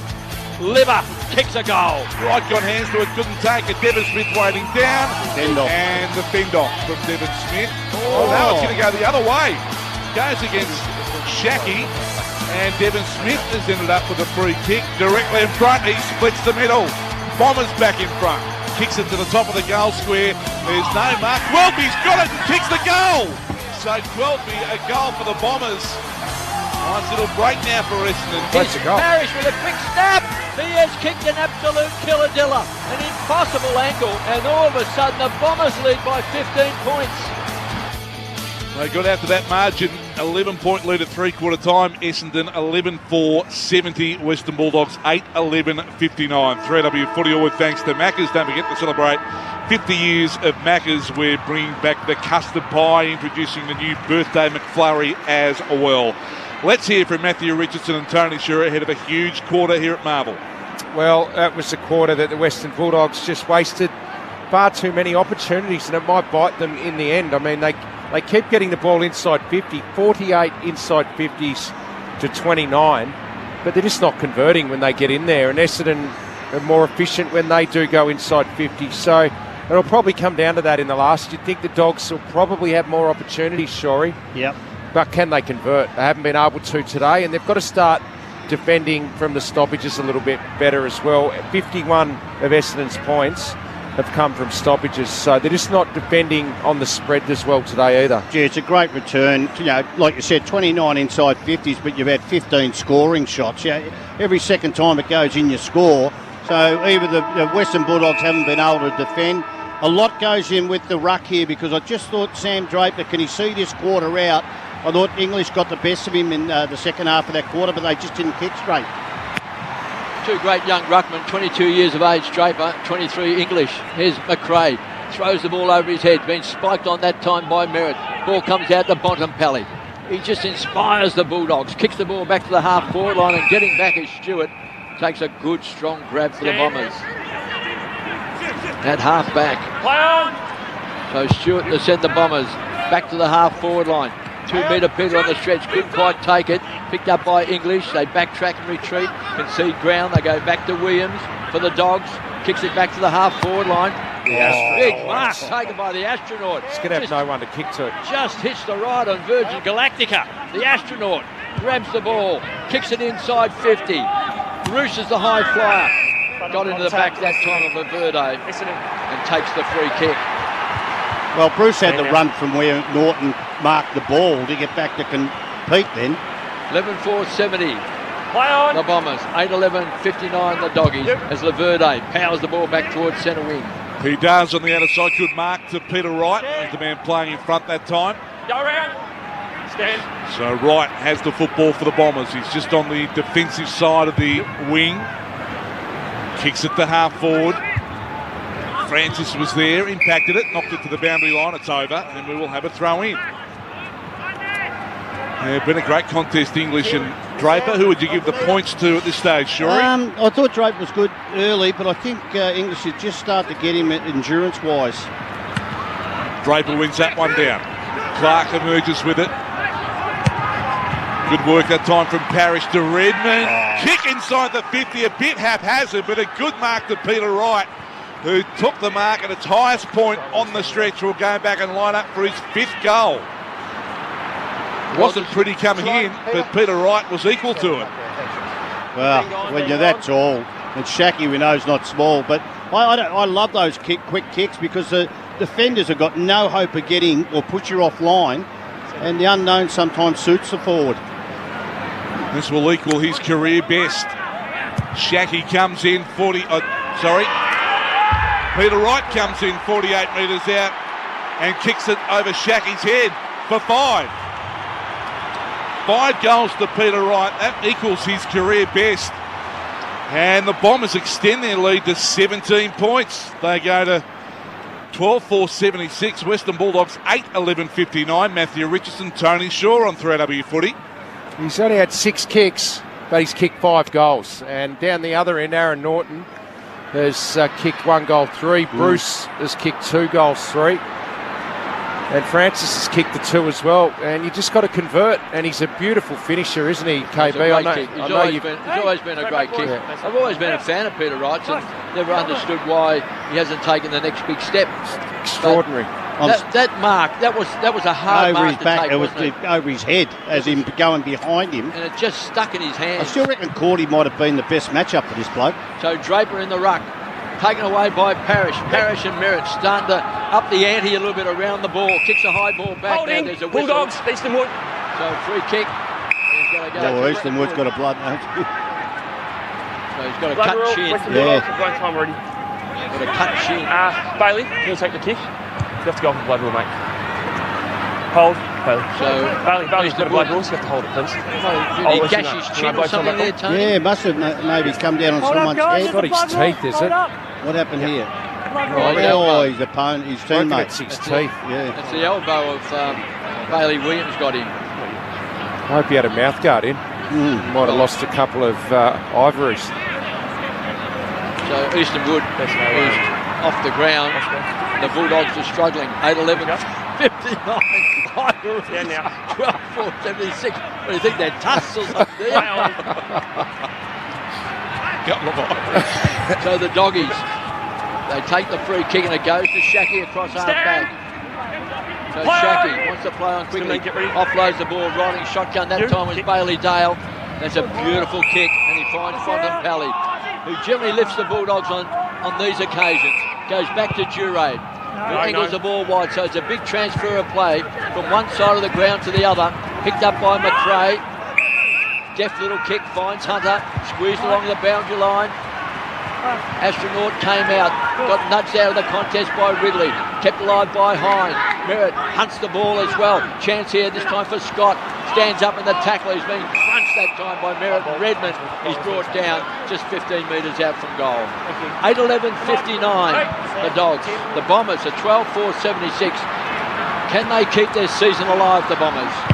Ball up deep in 50 for the Bulldogs, but Merritt was able to clear it. A good mark taken by Duran. 50, it was knocked out of his hands. McDonald, Tip and Woody. And a 50-metre penalty. Duray will be taken to point-blank range. An absolute gift for him. So Taylor Duray will come in, bang it home, and the Western Bulldogs get one back. 9-11-65, 12-4-76. It's time for an injury update. This is a bruising encounter, and you know what helps ease bruise symptoms as well as muscle aches and pains? Physiocrem Pain Relief Gel. Available from any chemist, Coles, Woolworths and Chemist Warehouse. The Bombers are all clear on the injury front. For the Western Bulldogs, Josh Shackie hyperextended his knee in the third quarter. Went off, was in the rooms for a while, but he's back on and giving that back line some structure. So Shackie is good to go. Score check. 12-4-76, Essendon 9-11-65, the Western Bulldogs. Matthew Richardson, Tony Shaw. Taylor Duray's had a really good game. Tippenwoody's only touched the ball 4 times. 2 kicks, 2 handballs. One goal, and Duray's had 17 possession. But, I mean, that was just ridiculous play then by McDonald, Tippenwoody. He might be frustrated. Just knocked the ball out of his hands. Well, you can't get frustrated. I know, KP. Here's the Bombers, picked up by Dylan Shield. All of a sudden, they're inside 50. Cordy from behind, the consummate defender, smashes the ball forward. Picked up by Trelaw, angles the ball out wide to Bailey Dale. Stood up in the tackle, sliced his way out of trouble. Finds a bit of fresh air, back to Bailey Williams. Zigzags a man with the dancing feet. Danced on a dollar and then goes short. And he finds Trelaw.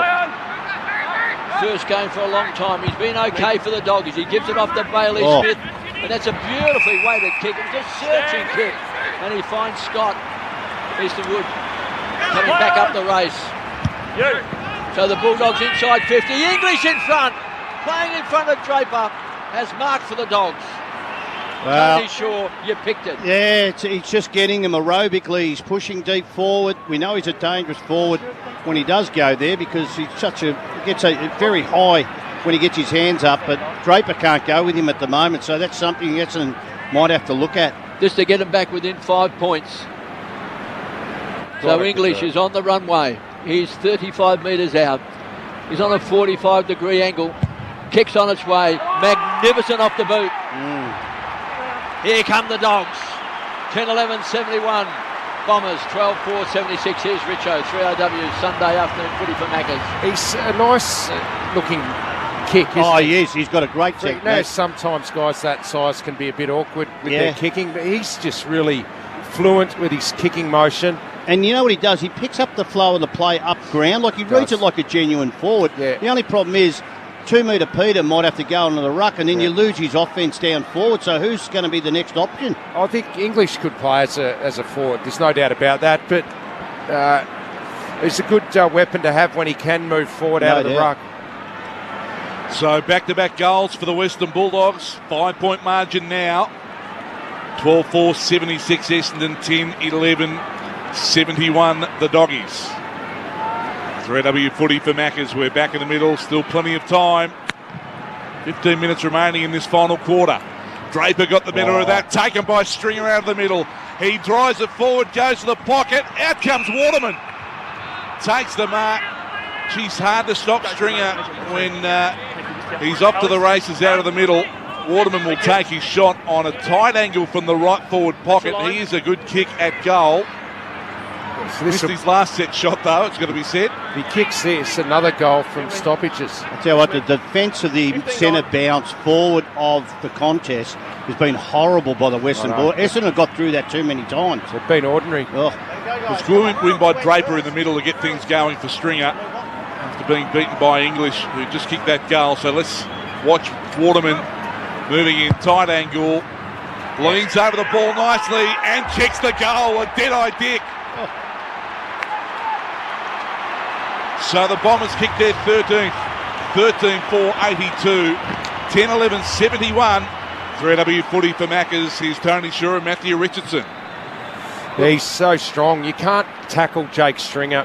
He's just a massive weapon in that centre bounce. You try and get him in most centre bounces and then just go straight forward. Yeah. So good reply. He's such an explosive player, and you can see how fit he is at the moment. He's light on his feet, and he's got that takeoff, that power. So it's like the Western Bulldogs need a player to just sit back, Richo, at the centre bounce defensively, like a zone player, the last in line. It's a very good mark by Waterman. That's a good kick. 15 centre clearances, Essendon. They've scored 5 goals too. Oh. Well, we said before, I think he had 6-1 from set shots, and he missed a set shot. So, judging by his record this year, he was going to kick that. 71 plays 82. A lead by 11 points, the Bombers. And Stringer's on the bench now. Why would you have him on the bench? Why would you have him on the bench, Tony? He's a match winner. Here's Parrish. Grabs the ball from the centre. Goes forward. And a mark's been taken by Guelphy. Jumping up. Outmarked Jure. Get it into right. He's on fire. So Guelphy might fancy his chances. He'd have to kick it 54 metres. So he kicks it out to the front of the pack. Trying to get a run at it was 2 metre Peter. Got a hand of the ball at ground level. Picked up by Dunkley. Offloads the ball back to Callum Daniel. Rockets the ball wide. He finds Hunter, who charges away from half back. Takes a casual bounce and he hammers the ball back to the half forward line. It's 2 against 1. Make that 3 against 1. Picked up by Hine. Man with the dancing feet. Does the hippie shake. Trying to get himself out of trouble. Then he just kicks the ball backwards. So the Bombers. Bit of think music. Comes back to Ridley, goes wide, finds Snelling, cross half back, they lead by 11 points, got a loose player.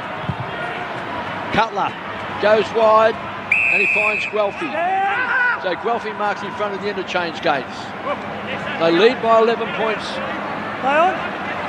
The Bombers are on top and we've got just over 13 minutes left in the last quarter. English on the stretch, saves the day and takes an absolute beauty. Oh, boy. Yeah, big ruckman getting back, taking the mark for the Bulldogs. Handball to Bailey Smith. He darts away with a share and 1 bounce. And he crosses defensive 50, kicks it out to the wing. Scott was up and gave away the free kick. Laverty will take it for Essendon. Jamari Ugle-Hagan, he's not quite getting into the right spots at the moment. He needed to be presenting there. Just not sure of his aerobic capacity at the moment. Laverty goes short. Bombers by 11 points. Into Merritt, who takes the mark on the logo on the outer side of Marvel Stadium. He goes short to McDonald, Tipperwoody. He's inside the centre square as they're inching forward, the Bombers. McDonald, Tipperwoody told to go. He'll go short again. And mark has been taken about 70 metres out.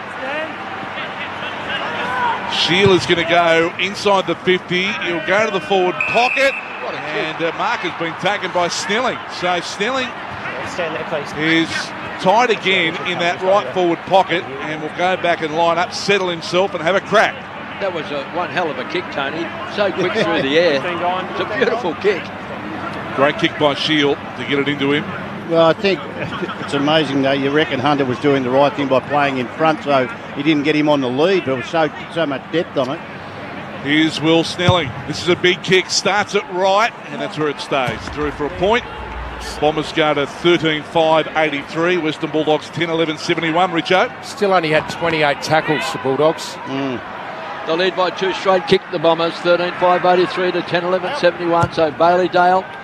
It's a searching kick and he finds Liberatore at centre half back, who plays on quickly looking for Treloar. Has to work hard to take the mark. Then off to Bontempelli, arches the back, runs through the centre square, kicks to the half forward line. On the stretch was the astronaut, couldn't take it. Richards with a good strong tackle brings down Redmond right on the paint of 50, and we've got a ball up. They lead by 12 points, the Bombers. Just over 11 minutes left in this final quarter. 2 metre Peter wins the tap. Down to Dylan Shield, puts his head down, barrels in after the ball, runs into a roadblock in the shape of Liberatore. So they toss it up once more. English in the ruck. Bontempelli grabs the ball, hacks it around the corner. Ugly bounce. It's a chaos ball. And caught high that time was Gleeson, and he takes a relieving free kick for the Bombers at centre half back. Yes, he'll take it. Next goal critical. Gleeson has it deep inside defensive 50 for Essendon. He goes wide to Cutler, who's got it left half back. Chips it short. The Bombers are going to make their way up the wing. Cox has got it now. Sinks the slipper into it. Kicks it to centre wing. Looking for Peter Wright. Can't take it. Out the back, Waterman. He takes the loose ball. Beautiful pass. Been taken by Francis. 55 metres from goal. Puts the stop sign up. And signals he might even have a go. No, he's going to just go short to Peter Wright. He can kick it from here, 2 metre Peter. He's a big kick. And he's on fire. He's confident. Well, when you're chock full of confidence, why not? He's got 5 goals. He's going to have to kick this one from outside the 50 on a tight angle. 5 straight. Coming in from the dock side. And as Richo said, he can hoof a footy. Let's see what Peter Wright can do. Can he get 6? That will be a career best for him. Peter Wright unloads. It's a big kick. It's a straight kick. It is a goal. A monster goal from Peter Wright under pressure on an angle. And that gives Essendon a significant break in this game. Does it what? 14-5-89. Western Bulldogs 10-11-71. A career best 6 goals for Peter Wright. Gee, I wish I was doing the voting tonight because I think I know who to give 5 to, but I'm not doing the voting. Who did you give? If Essendon win, which it looks likely, then 2 metres got 5. I reckon even if the Western Bulldogs were lucky to get up, and they don't look like getting up after this quarter. This is the breakout game for 2 metre Peter. I mean, for his comments. Remember we spoke to him about 6 weeks ago and he played a really good game and just talking about trying to get his confidence back. And I mean, he's a beautiful kick. There's no one kicks the ball better than 2 metre Peter. I mean, that's from 55 metres out from a 45-degree angle. Fantastic, isn't it? As Matty said, he's put it straight through the centre. So he's kicked 6 big ones, 3 in the second quarter, 1 in the third, now 2 in this last quarter. Now he's in the ruck. Now he's in the ruck, strutting his stuff, wins the tap. Bombers need a kind bounce, picked up by Durham on the edge of the centre square. Peter! 2 metre Peter has run down from the centre square. He's going to go back for goal number 7. He's unstoppable. I'll tell you what, Sammy Draper maybe not being able to run out the game has probably been the best thing for Essendon, because this man, he's going to have it coming in for his 7th goal, but in the ruck he also got the tap out. Could not get a game with the Gold Coast Suns last year. Amazing, isn't it? How does that work? Not one game for the entire season. So here's 2 metre Peter, going for goal number 7 from 60 metres out. Kicks on its way. It's a bomb. It's a bomb. He's got 7. He has delivered. How big is that? How good is his kicking? 2 metre Peter, straight as a gun barrel. Has rammed it home. He's kicked it 70 metres. How easy does he make the distance, the contact? What a beautiful kick he is. 95 plays 71, 15-5 to 10-11. He'd be feeling about 4 metres at the moment, not 2. He's looking at the bench now going, who's in the ruck? Do I have to go in there and do it again myself? I want to go down the forward line. And he does, as it looks like Draper's back on the ground. He has made as good a contact from about 5 of the 6 goals, 6 of the 7 goals he's kicked. It has just been a kicking masterpiece. Well, 7 straight. Unbelievable. He dead set flushed that. And what a game for Peter Wright. What a moment for that young man. We're back in the middle. They're up by 24 now, Essendon. Draper knocks it out. Comes to the Bont. Handball to Bailey Dale. And it's going to be tough now for the Western Bulldogs. Giray knocks it on to Treloar. Threads the handball to McRae. They get it to 70 metres. Richards inside 50. Misses the target. Cutler knocked it down. Came to Hine. He was tied up in the tackle, and the umpire's going to come in and ball it up 48 metres out from the Western Bulldog goal. See what happens, Tony. Bulldogs miss those early shots, and it comes back and hurts you at some no stage. But this is great performance by the Bombers. Here's Merritt. Merritt and Parrish have been very good, particularly after half-time. And here's Francis, who's gone forward. He's already kicked a couple of goals. He goes to Stringer, who's 75 metres out. A little handball, a little give. They run hard. Angle the ball across the body to the top of the goal square. Picked up by Bailey Williams. It gets back to Easton Wood. He's got to hit a target. He can. Coming out of defence. And then the Doggies with Scott. Takes a diving mark on centre wing. 15-5-95. The Bombers. They lead the Doggies 10-11, 71 by 24 points. Too easy. Going back and taking the mark is Stewart. They led by... Well, the Bombers trail by 13 points at quarter time. They led by 3 at half time. Make that 11 at 3/4 time. Margin now 24. Stewart kicks to half forward. Here he is again. Peter Wright got hands to that. Couldn't bring it down this time though. Williams handball to Dale. Back to Williams again. He runs the dockside wing. He gives the handball to Garcia. Almost run down Garcia. Got boot the ball though. Mark taken by Ugle-Hagan. He needs to go 70 metres out, and he stabbed his foot as he got the kick in. They got numbers though, the Bulldogs. McRae tried to get the handball to Treloar, was half battered down. Ugle-Hagan comes in. There's been a whistle. Knee in the back. And a free kick is going to go the way of the Bombers. And it's going to go to Merritt. They've got a knee in the back, the umpire said. I think Ugle-Hagan just needs to go back, maybe have a couple of games in reserve, just to get... Zach, it's pretty hard because he's not the P. He's not the one they go to a hell of a lot in the game. But he just get a bit of confidence, I think. Just his positioning today, he just doesn't know where to... Well, he hasn't given the defence an outlet at times when he's needed to. They've looked up and he just hasn't been there. That's your job as a tall. Yeah, maybe aerobically too, he can't do it. Maybe he can't get there. Yes. 24-point lead in favour of Essendon, just under 7 left to play. Kick to the wing, Draper was up, Wright was there again with hands to the Sharon. There's been a whistle. Free kick Bombers. So Essendon will take it. Snelling has got it right in front of the interchange gates. So Snelling tries to hit a target. He's looking for Dylan Shields, but coming across is Bailey Dale. Sends the Sharon sailing back over the boundary line. 10-11, 71 the Dogs. The Bombers are 15-5-95. Drape in the ruck alongside Josh Bruce. Boundary throw in. A few metres around from the interchange gates. Some pushing and shoving. Lays the ball down. Here's Treloar. Grabs it for the Dogs. Slams the ball on his boot. Gains an extra 35-40 metres, but it's a tumbling ball. Taken away by Ridley. He needs support. Gets Hines. Make that Gleeson, then smothered off his boot by Scott. We've got a boundary throw in on the paint of 50. So 7 goals to 2 metre Peter. He kicked 3 in the second quarter. He kicked 1 in the third. and he's kicked 3 in this final turn to keep the Bombers' chances alive to play finals. 50 around for the Bulldogs goal. Ball back into play. Draper grabs it cleanly out of the ruck and then kicks it back to the wing. Bit right there again. Francis was up in the contest as well, and then Parrish swamped in the tackle. No prior opportunity. We'll have another ball up. Now, Matty, they've only gone in 37 times to Western Bulldogs, and they've had 20 scores. Now, that is sensational. About 60%. Ball up. Draper won it down. Shield trying to get the hands out. He was able to release it by foot though. Bailey Williams intercepts the ground ball. Hands to Hunter. Hunter wants to get onto the boot. He does and kicks it to half forward for the Bulldogs. Good mark taken by Ridley. Solid as a rock, as per usual at left half back. Well, it's amazing, isn't it? We've had upsets this round. We've had different premiership favourites just about every week. We're trying to work out who can make the top 8. Shorey, you said it happens this time of year. The top teams can have a bad week leading into finals. Well, they don't want to get hurt as much, but I think this is just a good play from Essendon. Yeah, inside 50 for the Dogs. Scott's charging after the ball, pushed out of the contest by Hines. He's given away the free kick. Honestly, in the back. Close. So Hines giving away the free kick. It goes to Scott. That's your line. He's on a very acute angle.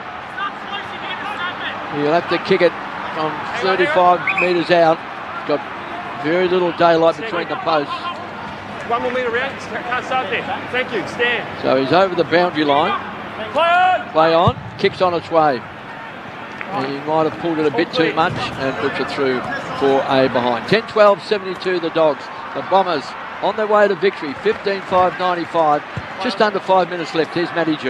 Well, they look in control, Essendon, although the Western Bulldogs can kick goals in a hurry. It's going to be tough. Merritt goes to Redmond. Redmond up the line again, out in the full. And it's Scott who's going to take the free kick for the Western Bulldogs. Quick, stand. Lucky not to be paid 50 behind if you give it straight back to him. So Scott now puts it up, top of the goal square, need a mark. They've got it, Bruce. Brings it down, going to go back quickly and kick it and give the Doggies a chance to get it back to the middle. Down to just under 4.5 left. It's not the time really for the routine. Clear, out. So Bruce, he hurries up the routine now. He's on the runway. Should kick this, and he does. Drills the goal for the Western Bulldogs. He's got 3. So Doggies to 11-12, 78. Essendon 15-5, 95. Just over 4 left, Matty Richardson. Yeah, so we know they can score quickly, but it'd be a miracle, I would suggest, from here today for the Western Bulldogs. Josh Bruce, he's had enough shots at goal today. He's kicked one out in the full, 2 easy points that he missed as well, and kicked the 3 goals. So he's had opportunities to kick 5 or 6, and he really should have. They just haven't got it really done at ground level inside their forward 50 today. Scott's been quiet. Ed Richards and Garcia have been down there at times. They've been quiet. Jason Johannesson's been quiet. They missed Waitman, haven't they? That live ground level. And different type, isn't he? And he was managed, Waitman. That's what the selection said, but just lacked a bit of energy in their ground ball today. Well, 3 goals in 4 minutes can win it for the Doggies. He's kicked for the season 48 goals. He's third on the goal kicking, or equal second on the goal kicking ladder with Tex Walker, who won't kick any more goals this year. And he's playing his 150th game as well. So it's a milestone game for Josh Bruce, as well, pushing and shoving that time. Here's Richards, charged up the ball. Bontempelli tries to crash his way through. He's been dragged down on the man. And a free kick will go to Bontempelli. So they lead by 17 points, the Bombers. They need 3 goals to Bulldogs. Now this can drag it back. Bontempelli. Now, did he have the ball? Oh, gee, it was knocked out in the contest, but they reckon they held on too long after it. I thought did he have prior, though, with that breaking that first tackle? So Bontempelli, you said before this is one of the weaknesses in his game, Richo. But if he kicks this, there's a spark. There's a spark for the Doggies if he kicks this. From 48 metres out, kicks on its way, looks great off the boot. Looks magnificent. They won't go away, the Doggies. Just when we thought they were dead and buried, we thought the fire in the belly had gone out, but that pilot light still burning. 12-12, 84. 15-5, 95. They drag it back to 11 points. Here's Richo. Well, if they get one straight away, Essendon will start clamping up a little bit, won't they? That's a nice finish. He kicked right through it. Sometimes when you kick from 50 metres, you just kick through it naturally, and it's not a bad position to be having a shot at goal from sometimes. And that was a beautiful connection from Marcus Bontempelli. Let's have a look. There was the ball knocked out. Yeah, knocked out in the contact, but they just held on too long, wasn't it? I think it was Shield. Held on to the tackle after it. He had to let it go. Yeah. Well, if they can get a quick clearance here and a goal, Bombers will be very nervous. They lead by 11 points. Essendon, just over 3 minutes remaining on the clock. Back in the middle, Draper wins it down. Been a whistle. There's a hole there. It's going to go the way of the Bombers. That's a critical free going to Stringer. So Stringer will take the free kick for Essendon and take some time off the clock as well. Get it in deep, son. Called the play on now. Oh. Takes on Liberatore at the handball. Gets it to Redmond. Redmond bangs it on the boot. Up inside the 50, top of the goal square. There's no mark. Here's Devon Smith. He can't quite gather. And it comes off the boot of Caleb Daniel. Rush behind for the Bombers. They lead by 2 goals. 12 points is the margin in favour of Essendon. So we've got 2 minutes 45 seconds left in the game. Caleb Daniel grabs the ball straight away and kicks it well outside the paint of 50. Why would you go there? Picked up by Richards, handballs it back to Bontempelli. He's been caught. Great tackle by Redmond. Brings down the skipper. Dangerous tackle. Dangerous tackle. Wow, luck's a fortune for the doggies. So he handballs on hands and knees to Caleb Daniel. They know the clock is ticking. Taken away by Daniels, comes all the way back. It's a ball kick. 2 metre Peter has come in from the side and has taken a mark and he'll kick it. He's 85 metres out from goal. 2 metre Peter. He's going to go back for goal number 8. And he's got to kick it 85 metres. Kick a tour, Big Pete. So 2 metre Peter. Shades of Royce Hart coming in from the side. 7 goals straight he's kicked. He'll kick this. From 85 metres out. 2 metre Peter kicks on its way. Oh, he's lost his way. And it's punched over the boundary line for a toss back in. He's just too tired. I tell you what, he conned the umpire saying he was going to go the distance there. He got 30 seconds when he didn't deserve it. I know he's been good, but not that good. He's taken the 30 seconds off the clock, though. 12 points the margin in favour of Essendon. Throw in the Bombers' forward pocket. Peter Wright wins it down. Stringer able to dish out a couple of don't argues. In a tight spot, back top of the goal square, crashing the pack, McDonald, Tip and Woody. Still a chance for the Bombers. Trelaw, handball, Williams, Dale had to just walk it over and concede it behind. Margin 13 points now in favour of Essendon. That point's very important because there's a minute and a half left in the game. Picked up by Parrish, trying to kick the ball over the Bombers. Gives it back this time. They go short from Clark. Goes to Cox. Cox, a young man, is caught. On the ball. He's taking a bounce. He did. I used to do that once. Taken away by Caleb Daniel. Offloads the ball back to McRae. Can he hit a target going forward? He can't. And backing back is Draper. Saves the day for the Bombers. 15-7-97. The Bulldogs at 12-12-84. So Draper happily just backtracks. Gives it across to Hine, who goes wide. And they're going to play keepings off. They will. Laverde with the mark. 13 points is the margin in favour of Essendon, and Laverde will just take time off the clock again. Then kick it down the dockside wing. Here's Peter Wright presenting. Can't take that. Draper, a handball, went straight to Bailey Smith. Kicks it to half forward. Bailey Williams has it now for the Western Bulldogs, about 70 metres out from goal. He blasted inside the 50, and the cabin is bare back there for the Western Bulldogs. The bounce is pretty good though for Bruce. Wasn't in the contest originally. Laverde gives the handball to Hind, who clears it, looking for Peter Wright again. Outmarked by Eastonwood. Gives the handball to McRae. McRae kicks it inside the 50. There's the siren. What a win for the Bombers. Keeping their finals hopes alive. A huge upset over the Western Bulldogs. 15-7-97. The Doggies 12-12-84.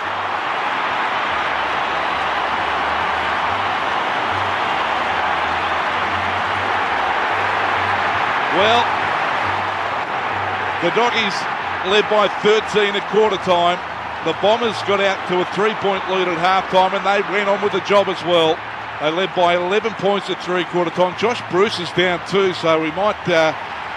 he's in some trouble, Josh Bruce, in that last contest. He's clutching at his left knee. So that could be terrible news for the Western Bulldogs. 11 points at three-quarter time. They win by 13. Essendon 15-7-97. Western Bulldogs 12-12-84. But Josh Bruce is the man, KB, that we're keeping an eye on. He looks in big trouble. Well, there was an ugly bounce, you might recall, in that pocket, which sort of changed the direction. And he's gone down trying to win that ball, and he is clutching his left knee at the moment. Stringer's gone over to have a look, and Redmond, they're trying to help him up. Stringer's helping him up as well. So let's just hope. They say a stinger, I think they call it, but he's rubbing his left knee. Oh, let's hope. So it's a good sign, perhaps, that he's got up. It's his 150th game. He's kicked 3 goals. And the Bombers, a couple of Bombers players coming across. Redmond's there as well, along with Stewart, and Stringer was there. So it's nice to see. And Gary Zimmerman, the club doctor, has walked out, having a chat to him. But he's standing up, and he's... the fact that he's got up... He's rubbing his knee. Looks like he's... just got twisted underneath him. Yeah, tangled in the tackle, I think. Yeah. It didn't look too... No, it didn't twist too much, though, which hopefully is a good sign. Straight away, he really just grabbed his knee straight away, didn't he? So, anyway, we wish him all the best because he's had a fantastic season. He's kicked 48 goals for the year. He's second on the goal-kicking table and such an important player for the Bulldogs. And Ben Rutten's on the ground, and he is ecstatic. They're alive to play finals. They've got the Suns and Carlton. So they can get to 11. They've got 2 very, very, very winnable games, and they've got a good percentage. And Freo are getting towed up in Perth at the moment, 46-19. So they'll be now, if that continues that way, you'll have Richmond, Essendon and Fremantle all on 36 points. And Essendon have got the best percentage. And you got the Giants with 2 points with that draw in front of them. So... and they play Richmond next week. Well, what a win for Essendon, and what a game from Peter Wright. A breakout game, as you said, KB. Yeah, definitely. 7 goals, and just looked so confident out there. 2 goals to Francis, singles to Draper, Parrish, Smith, Guelphy, McDonald, Tippenwoody and Alec Waterman. And for the Western Bulldogs, 3 goals to Bruce, who's up on his feet. We'll get an update on that shortly. And then singles to Adam Treloar, Marcus Bonampelli, Easton Wood, Giray, Tom Liberatore, Jamara Ugle-Hagan, Aaron Norton, Johannesson and English. Richo and Shorey, how did they do it, the Bombers? Well, they were more efficient. That was one thing. Inside 50s, as I said. Minus 21 inside 50s. Unbelievable. 39 inside 50s, but they've had 22 scoring shots. You don't get that percentage rate normally in the modern game. So they were so good from stoppages. They scored most of their points from stoppages, which is not your major score source. It's normally from turnover. So that's a big, big win. And they had Peter Wright down there who kicked 7 goals straight. Up the other end, the Dogs wasted so many opportunities and easy ones when they should have kicked them. Peter Wright converted, and that was the massive difference in the game. I mean, the Dogs plus 21 inside 50s, plus 18 contested possessions. Essendon had a really good win in the clearances, though, and then they were able to score from them. So plus 49 points from those scores from clearances, stoppages, as you said. Centre bounces, they were plus 27 points. Let's get down to the Bombers' rooms.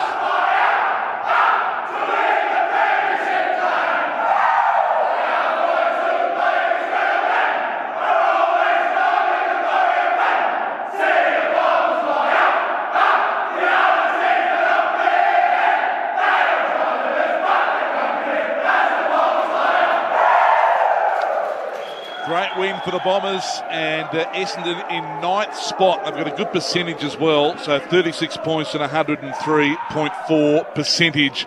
We'll get down and get an interview. The Nick Theodosi Prestige Cars Open Line is open for business, by the way. They offer you great service, 100% commitment to providing you the best car deal possible. 96900 693 13 13 32. Love to hear from Essendon supporters about what you liked about today. And Doggy supporters as well. What went wrong? 96900 693 or 13 13 32. Have a chat to KB, to Tony Shaw and Richo.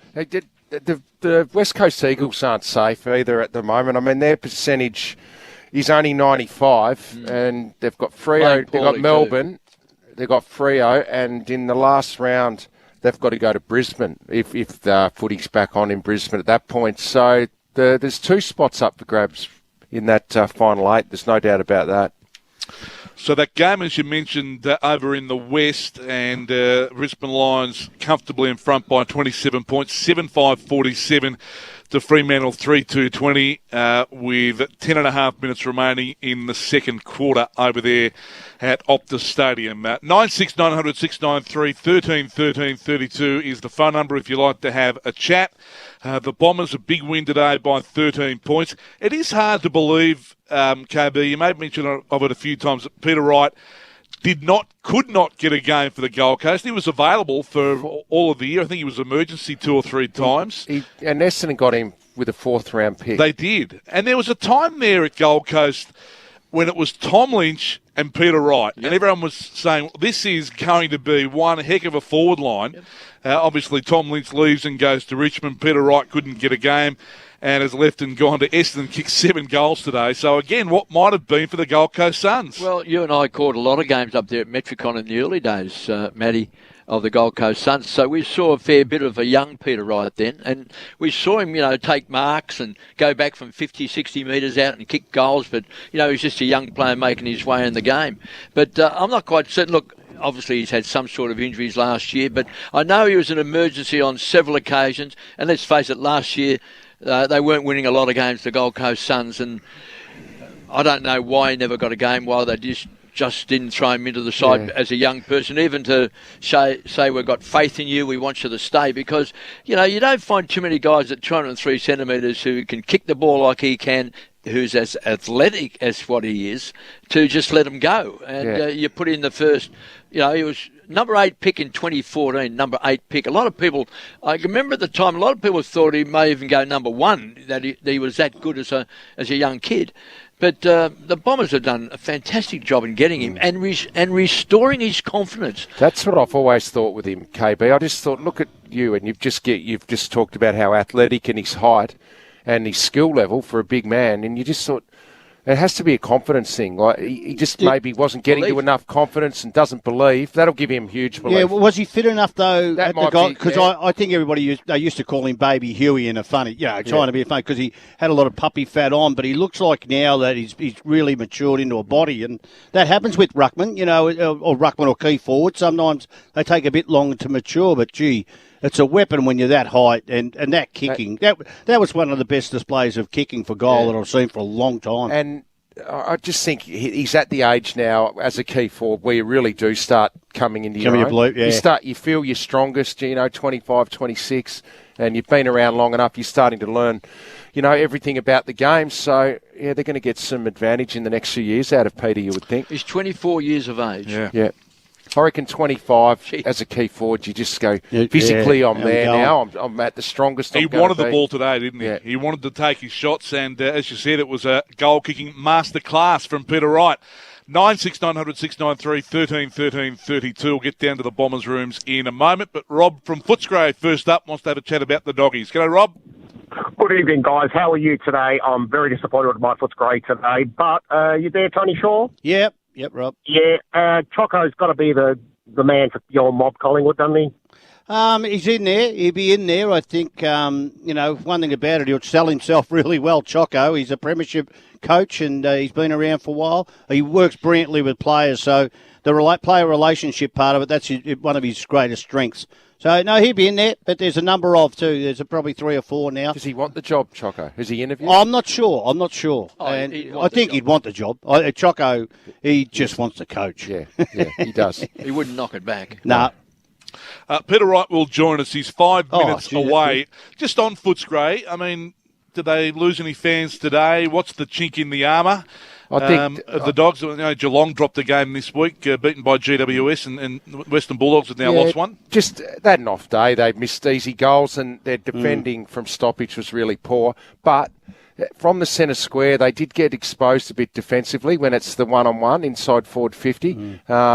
Shaki looks okay down back, and he's been okay, but he had a quieter game today, and obviously Peter Wright got a hold of them. But Alex Keith out of the team, Shaki still learning that role. Slight weakness there, but look, they've done so much right. They've lost their 5th game for the season today And they needed ground level spark, and that's where Waitman's a different type, because Waitman can do it in the air too. He's not a big bloke, but he goes for it, and that creates opportunity. I think Ugle-Hagan needs a spell, just to get a bit of confidence. He's had a fair run at it now with a couple of weeks, but I'm with you, Richo. He's not reading it or not being able to cover the ground to get to when he has to work harder. As a conduit, as you said. Young key position forward. He's going to be inconsistent early. He's the third P, really, so it doesn't come to him a lot, does it? So I reckon the three things today, the defending from stoppage was poor. They're the number one clearance team in the competition. They got towed up in there today and scored against. Centre bouncers too. They got beaten by 6-3. Essendon kicked from centre bounce clearances. That's a massive stat in a game of footy. Yeah, and that ground level buzz inside 50 just wasn't there today. Thank you for that, Rob. Let's go to Terry in Newport. Hi, Terry. Yeah, g'day, guys. Wrapped with the Bombers today. And 2.0, the second coming of Peter Wright. I was very rapt that we picked him up. You got him for nothing. So you've got a first-round pick player at 200 centimetres that's basically just come to you for free. For a fourth-round pick. And I got a Bombers mate just text me. He said, Peter Wright just paid for himself today in one game, whatever he's earning, because he's probably not on big dollars. So, he's going to be a real pickup if he can start doing that consistently. He will join us, Terry, so stay tuned. He'll join us in just a moment. Simon from South Melbourne wants to talk about the big fella as well. G'day, Simon. Yes, hello there. Look, I'm probably just repeating what's already been said, but I'm just wrapped in Essendon's cost-nothing recruiting this year.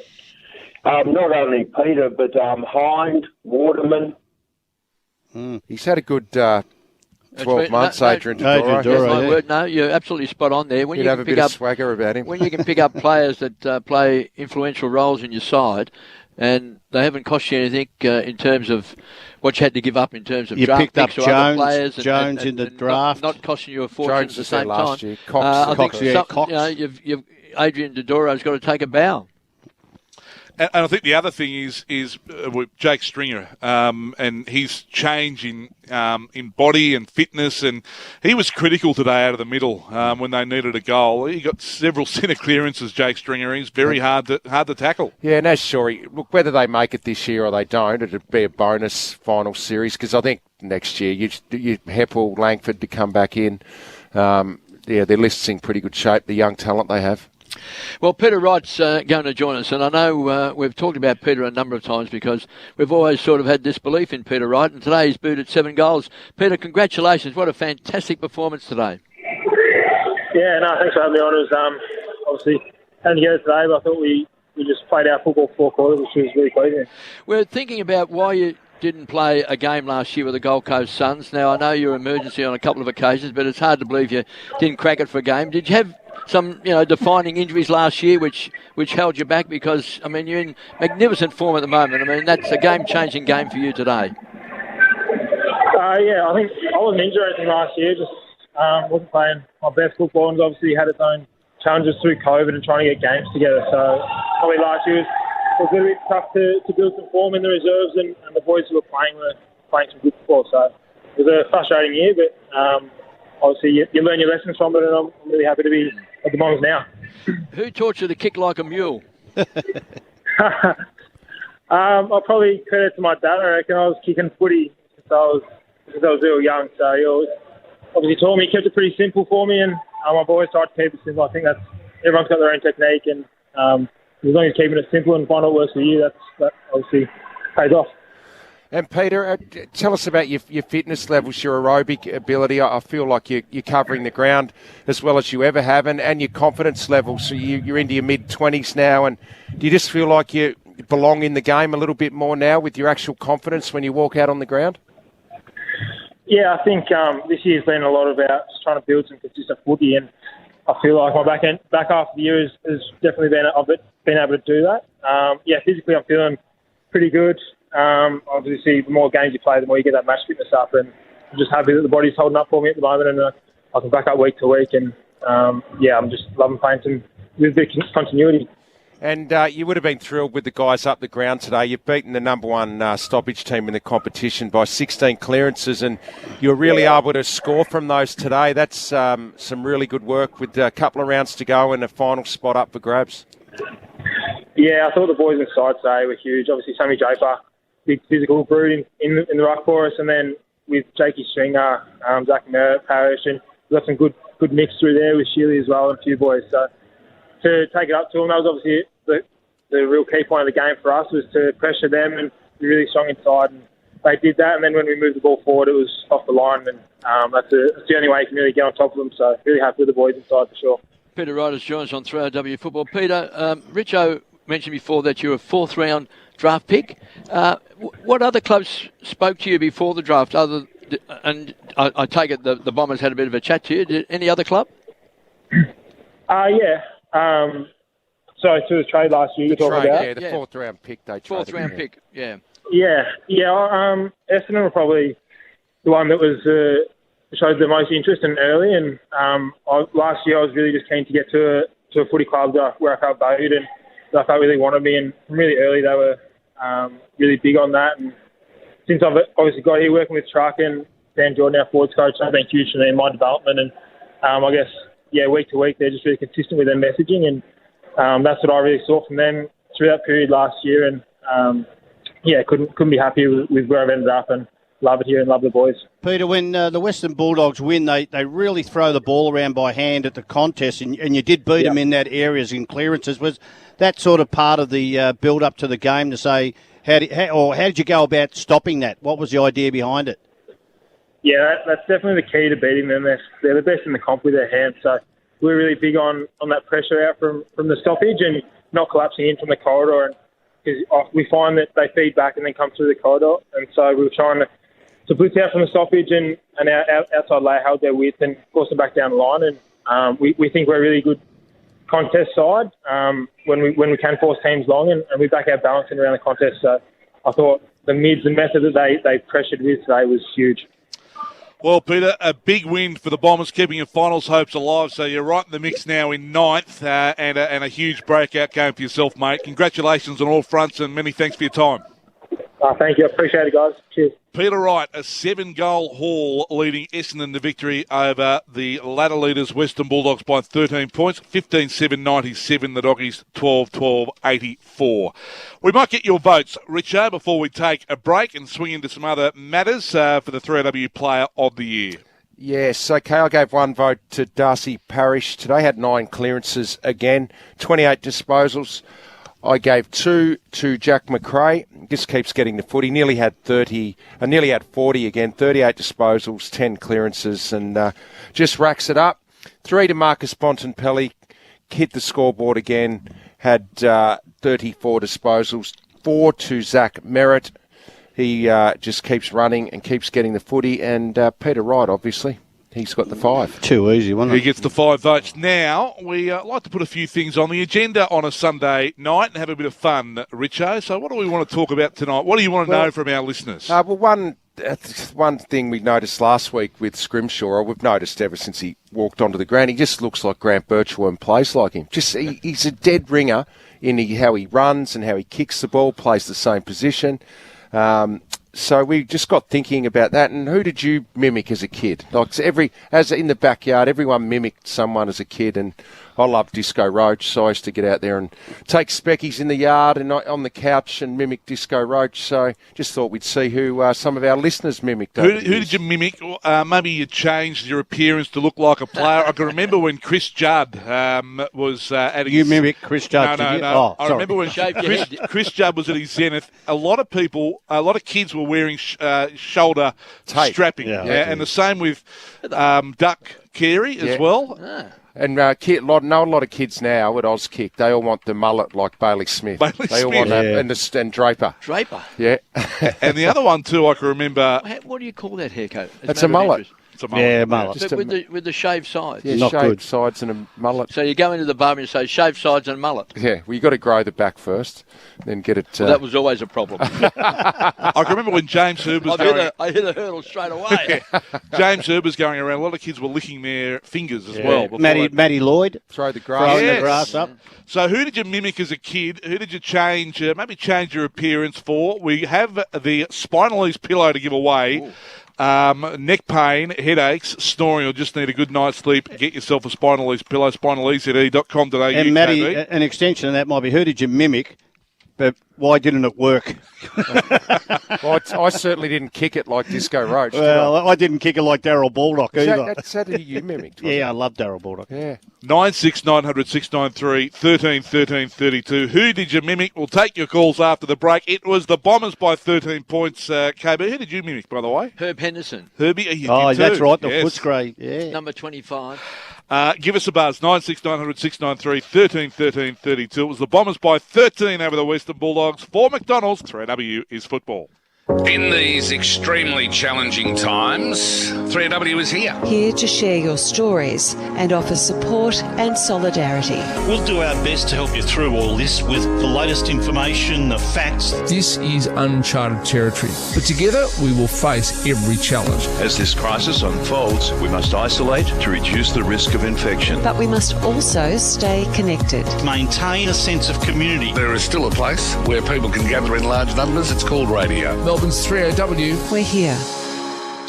You know, Tony, when you were a kid, birthday parties were the best. There would always be fairy bread and cake. And right now at Macca's, they're inviting you to take a trip down memory lane. To celebrate 50 years in Australia, Macca's are serving up a real treat, and it's called the Birthday McFlurry. And all of your favourites are in there. There's pieces of Macca's creamy custard pie, backed by popular demand, mixed in with Macca's delicious soft serve and covered in a caramel fudge and sprinkles.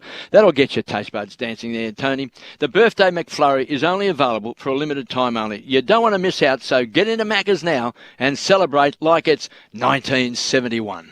To celebrate 50 years of Macca's, we're introducing the Mac family. And with every medium or large, Mac Junior, Big Mac or Grand Big Mac meal, you'll get one of 6 free Macca's glasses, but only for a limited time. Available after 10:30am while stocks last. It's time to complete your census. This year you can start as soon as you receive your instructions if you know where you'll be on census night, Tuesday the 10th of August. Visit census.abs.gov.au. Authorised by the Australian Bureau of Statistics, Canberra. At Snooze, Velocity members save up to 40% off regular prices until Sunday. Plus, members have a chance to win a Hamilton Island holiday when you spend $999 or more before 23rd of August. Exclusions, full T's and C's at snooze.com.au. Unable to work due to illness or injury, you could claim insurance through your super. Morris Blackburn ensures you get your full entitlements. For a free super claim check, visit Australia's #1 super claims law firm. Morris Blackburn, we fight for fair. Is that Joan? Yeah. You've just won a Mercedes. Oh, no, why? Yep. I don't believe it. This year's MVP prize is a Mercedes-Benz A-Class sedan with Mercedes-Benz user experience and sporty 3-box design. So join the conversation from 8:30 weekdays. Each week, Neil's valuable player wins a Mercedes-Benz for the weekend and goes in the draw to win the A-Class. Thanks to 3 Point Motors Mercedes-Benz in Fairfield, Kew and Epping.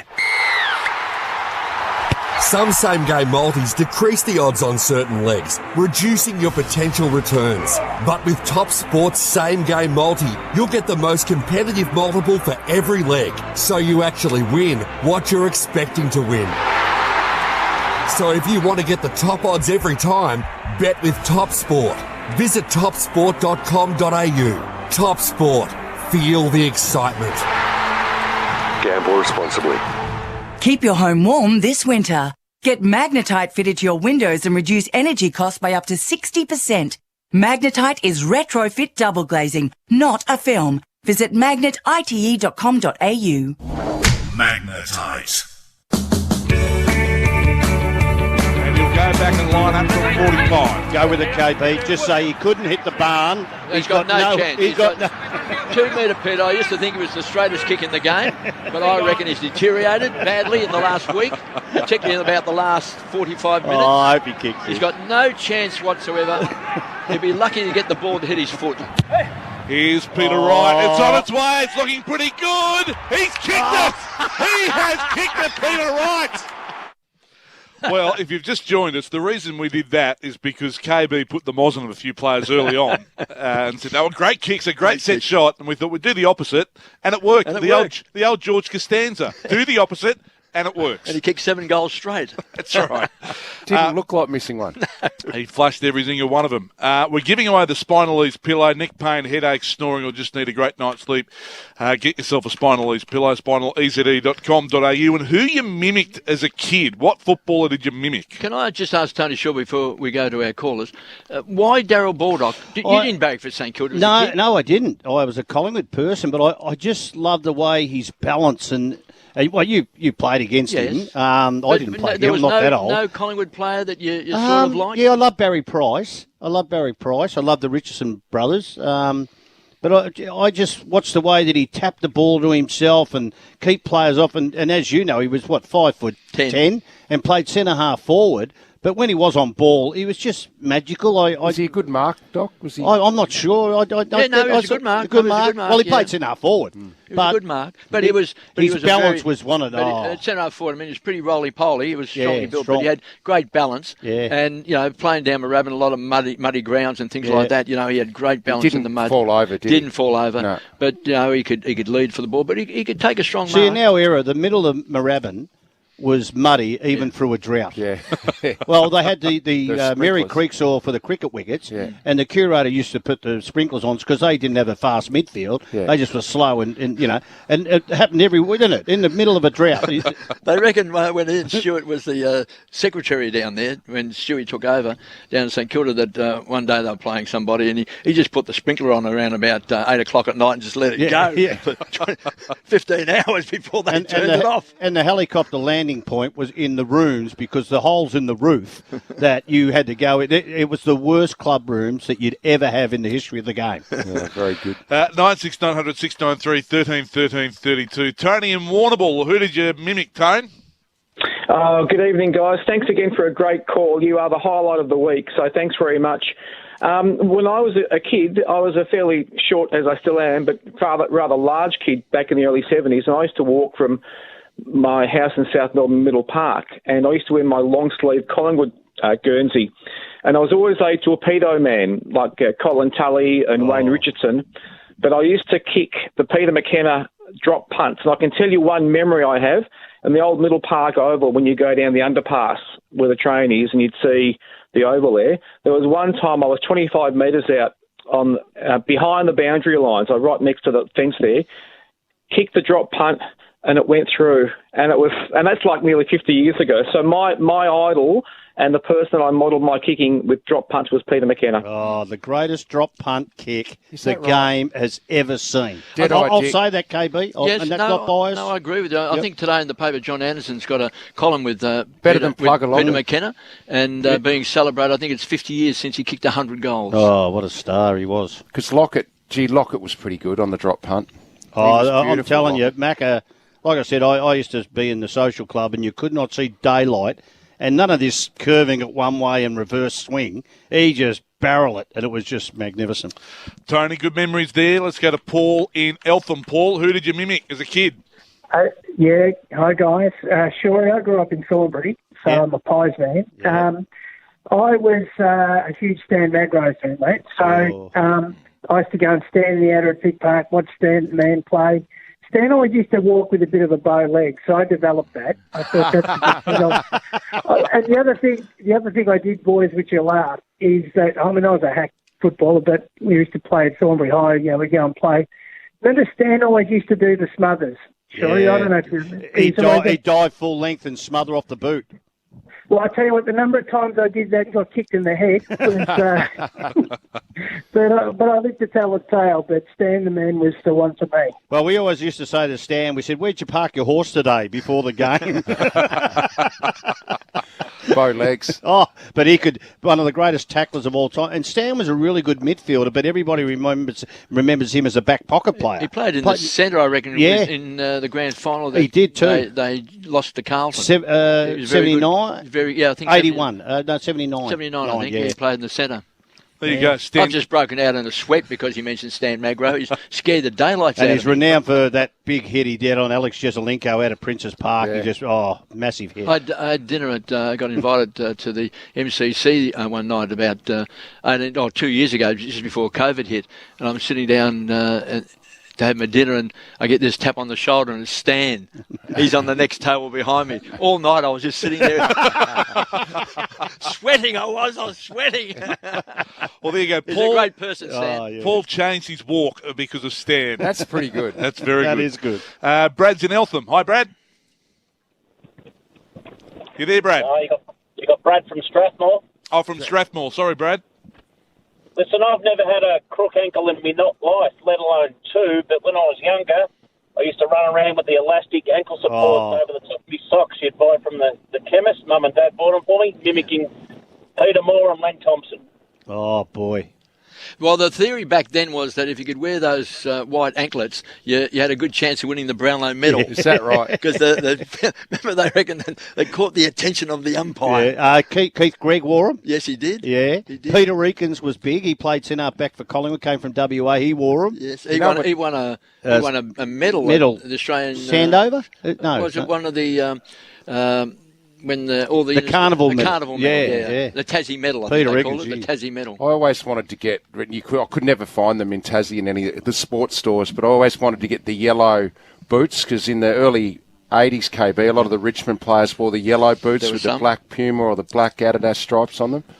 I could never find them in Tassie, though. What about the old lace-up jumpers? Richmond probably had more lace-up jumpers than any other team, I reckon, in the comp. Isn't that right? You wore it for a while. All the time. There's an Instagram page called Lace Up Jumpers, and the gentleman that runs it actually makes lace up jumpers. So I just got him to make me an old Richmond one. It's got the Tetley Tigers, and it's a proper lace up jumper. We used to get them, I think, from South Australia, because I think what happened was when Craig McKellar came across, he played for Woodfull, I think it was, from South Australia, and he had a lace up jumper, and we thought, they look pretty good. They're hard to grab because the woolen ones, got pretty heavy and all that sort of stuff. So I think it was Alan Schwab, and he organised for those who wanted lace-up jumpers. And there's probably about a dozen of us, I reckon, who wore the lace-up And they jumper. got banned because someone got their finger caught. Robert Flower got his finger broken, wasn't it? Is that right? Got his finger caught. You know what I did one year, and I got they were going to fine me with the AFL.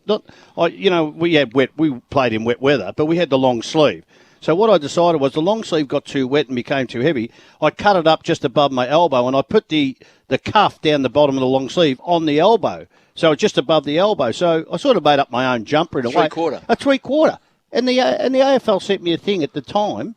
You can't do that because it's against some marketing or thing, whatever. And they were going to fine me for making this jumper.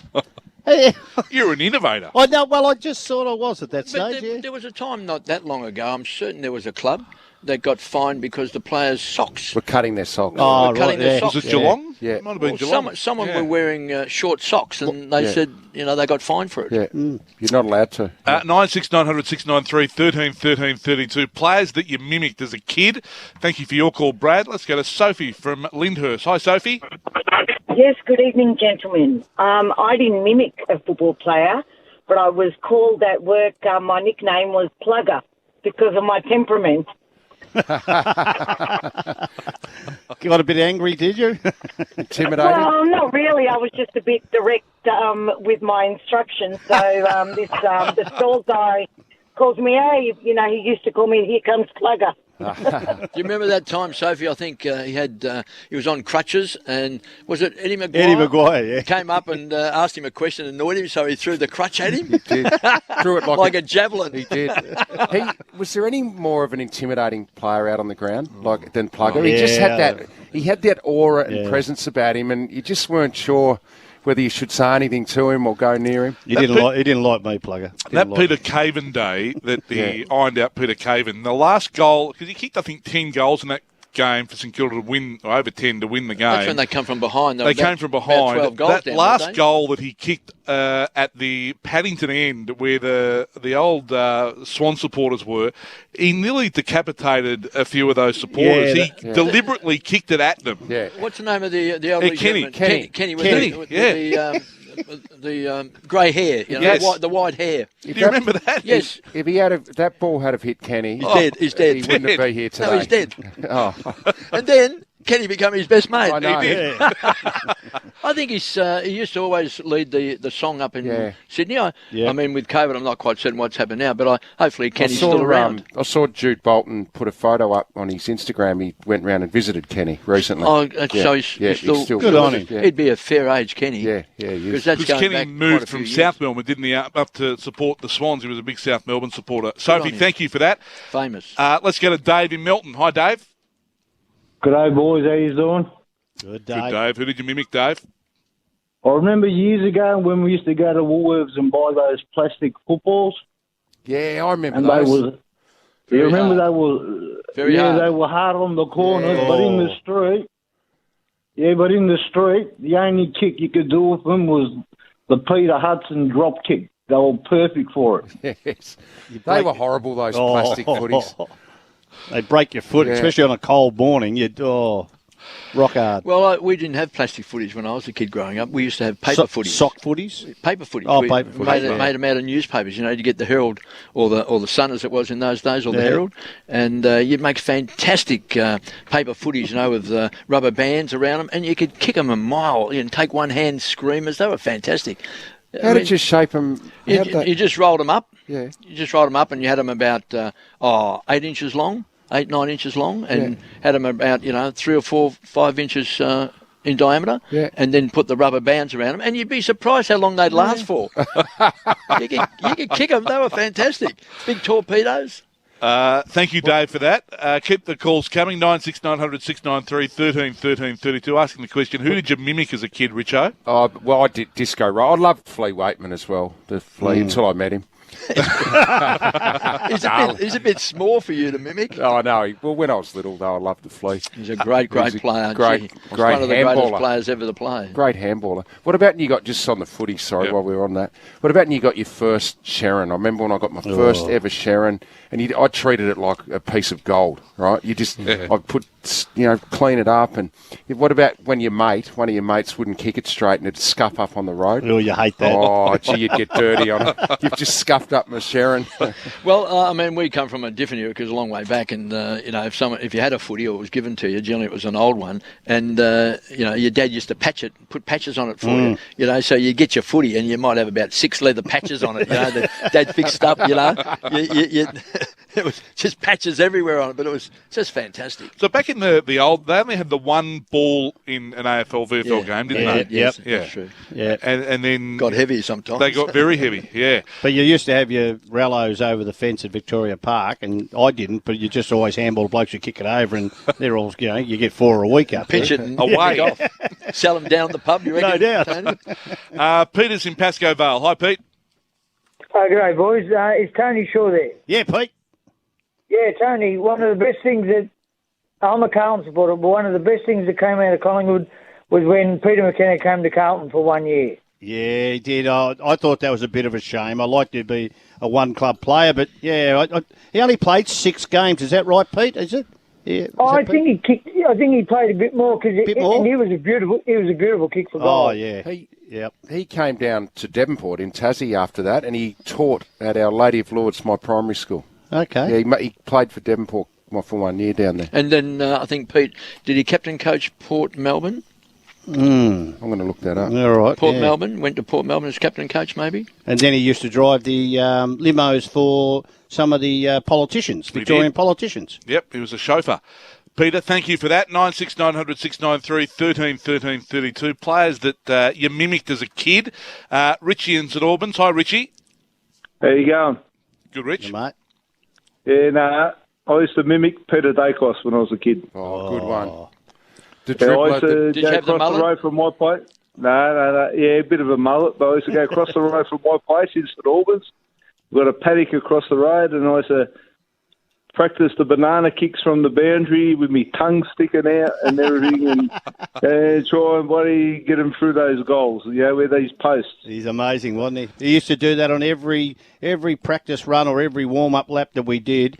He just did it, and everybody in the team would try and do it, and they just couldn't make it work. And a lot of players mimic Dakes back then. And the other thing that a lot of players would do, kids would wear their jumpers out. Now, back in those days, coaches didn't like that. No. Rich Allen Shorey, to wear your jumper out. But Dakos, every player in the AFL wears their jumper out. I don't think there's one. Maybe was this Matt Rouse. Matt Rouse, the only one. Because they're quite tight now, aren't they? Yeah. My old man wouldn't let me go onto the ground unless my jumper was tucked in. Had to have my jumper tucked in. Socks up with the garters that my nan would make with the elastic. Nan would make. You used to cut them off the old, what are those gloves that you used to, the rubber gloves that you cut them off the top all the time? No, my nan made me custom garters. With, really? Yeah, with elastic. So you were spoiled. Yeah. Well, Peter McKenna played 11 games for Carlton and kicked 36 goals in 11 games. Oh, that's good return just anyway. 3.5 a game. Yeah, I know. And then he went to Geelong West. Kicked 67 goals for Geelong West. Port Melbourne, as I thought, 52 goals when he was at Port Melbourne. That's when he was captain and coach. And Northcote, didn't know he went to Northcote. No. 98 goals. Wow. They would have been second division Northcote at that stage, I would think, maybe. 98 goals. Oh, he was a freak. Didn't Jack Titus go to Coburg and kick 100 goals after Richmond? More than 100. He kicked like 140 or something in a season. Jeez. Isn't it funny that a lot of them left? I think Laurie Nash and Bob Pratt, maybe.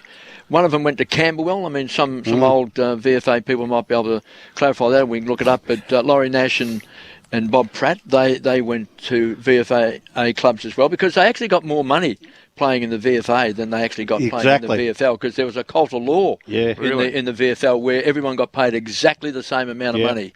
And a lot of the players, I think even Bobby Rose was only 27 when he retired and went up to, was it Nil or somewhere up Wangaratta? Yeah. I remember asking Bob about that because he lived close to me. He was a beautiful person, Bob Rose. Oh, yeah. And I said to him, how come you're the greatest player in the game? You'd won 4 Copeland trophies and he's about, as you say, 26 and all of a sudden he leaves and goes to Wangaratta. And he said that I think in those days they might have been getting £5 a game and he won the 4 Copeland trophies and he asked Collingwood for £6 a game. And they said it's an honour to play for Collingwood, and you don't get any more than anyone else. Well, that'd be right. And so Wangaratta probably offered him £40 a game, and so he went. That's funny. What about there's something going around on Instagram. It's a picture of someone searching through a big rubbish bin, right? And it said, and it's underneath it. It's got Gold Coast searching for what else they threw out when they see Peter Wright kick 7 goals against the league leaders.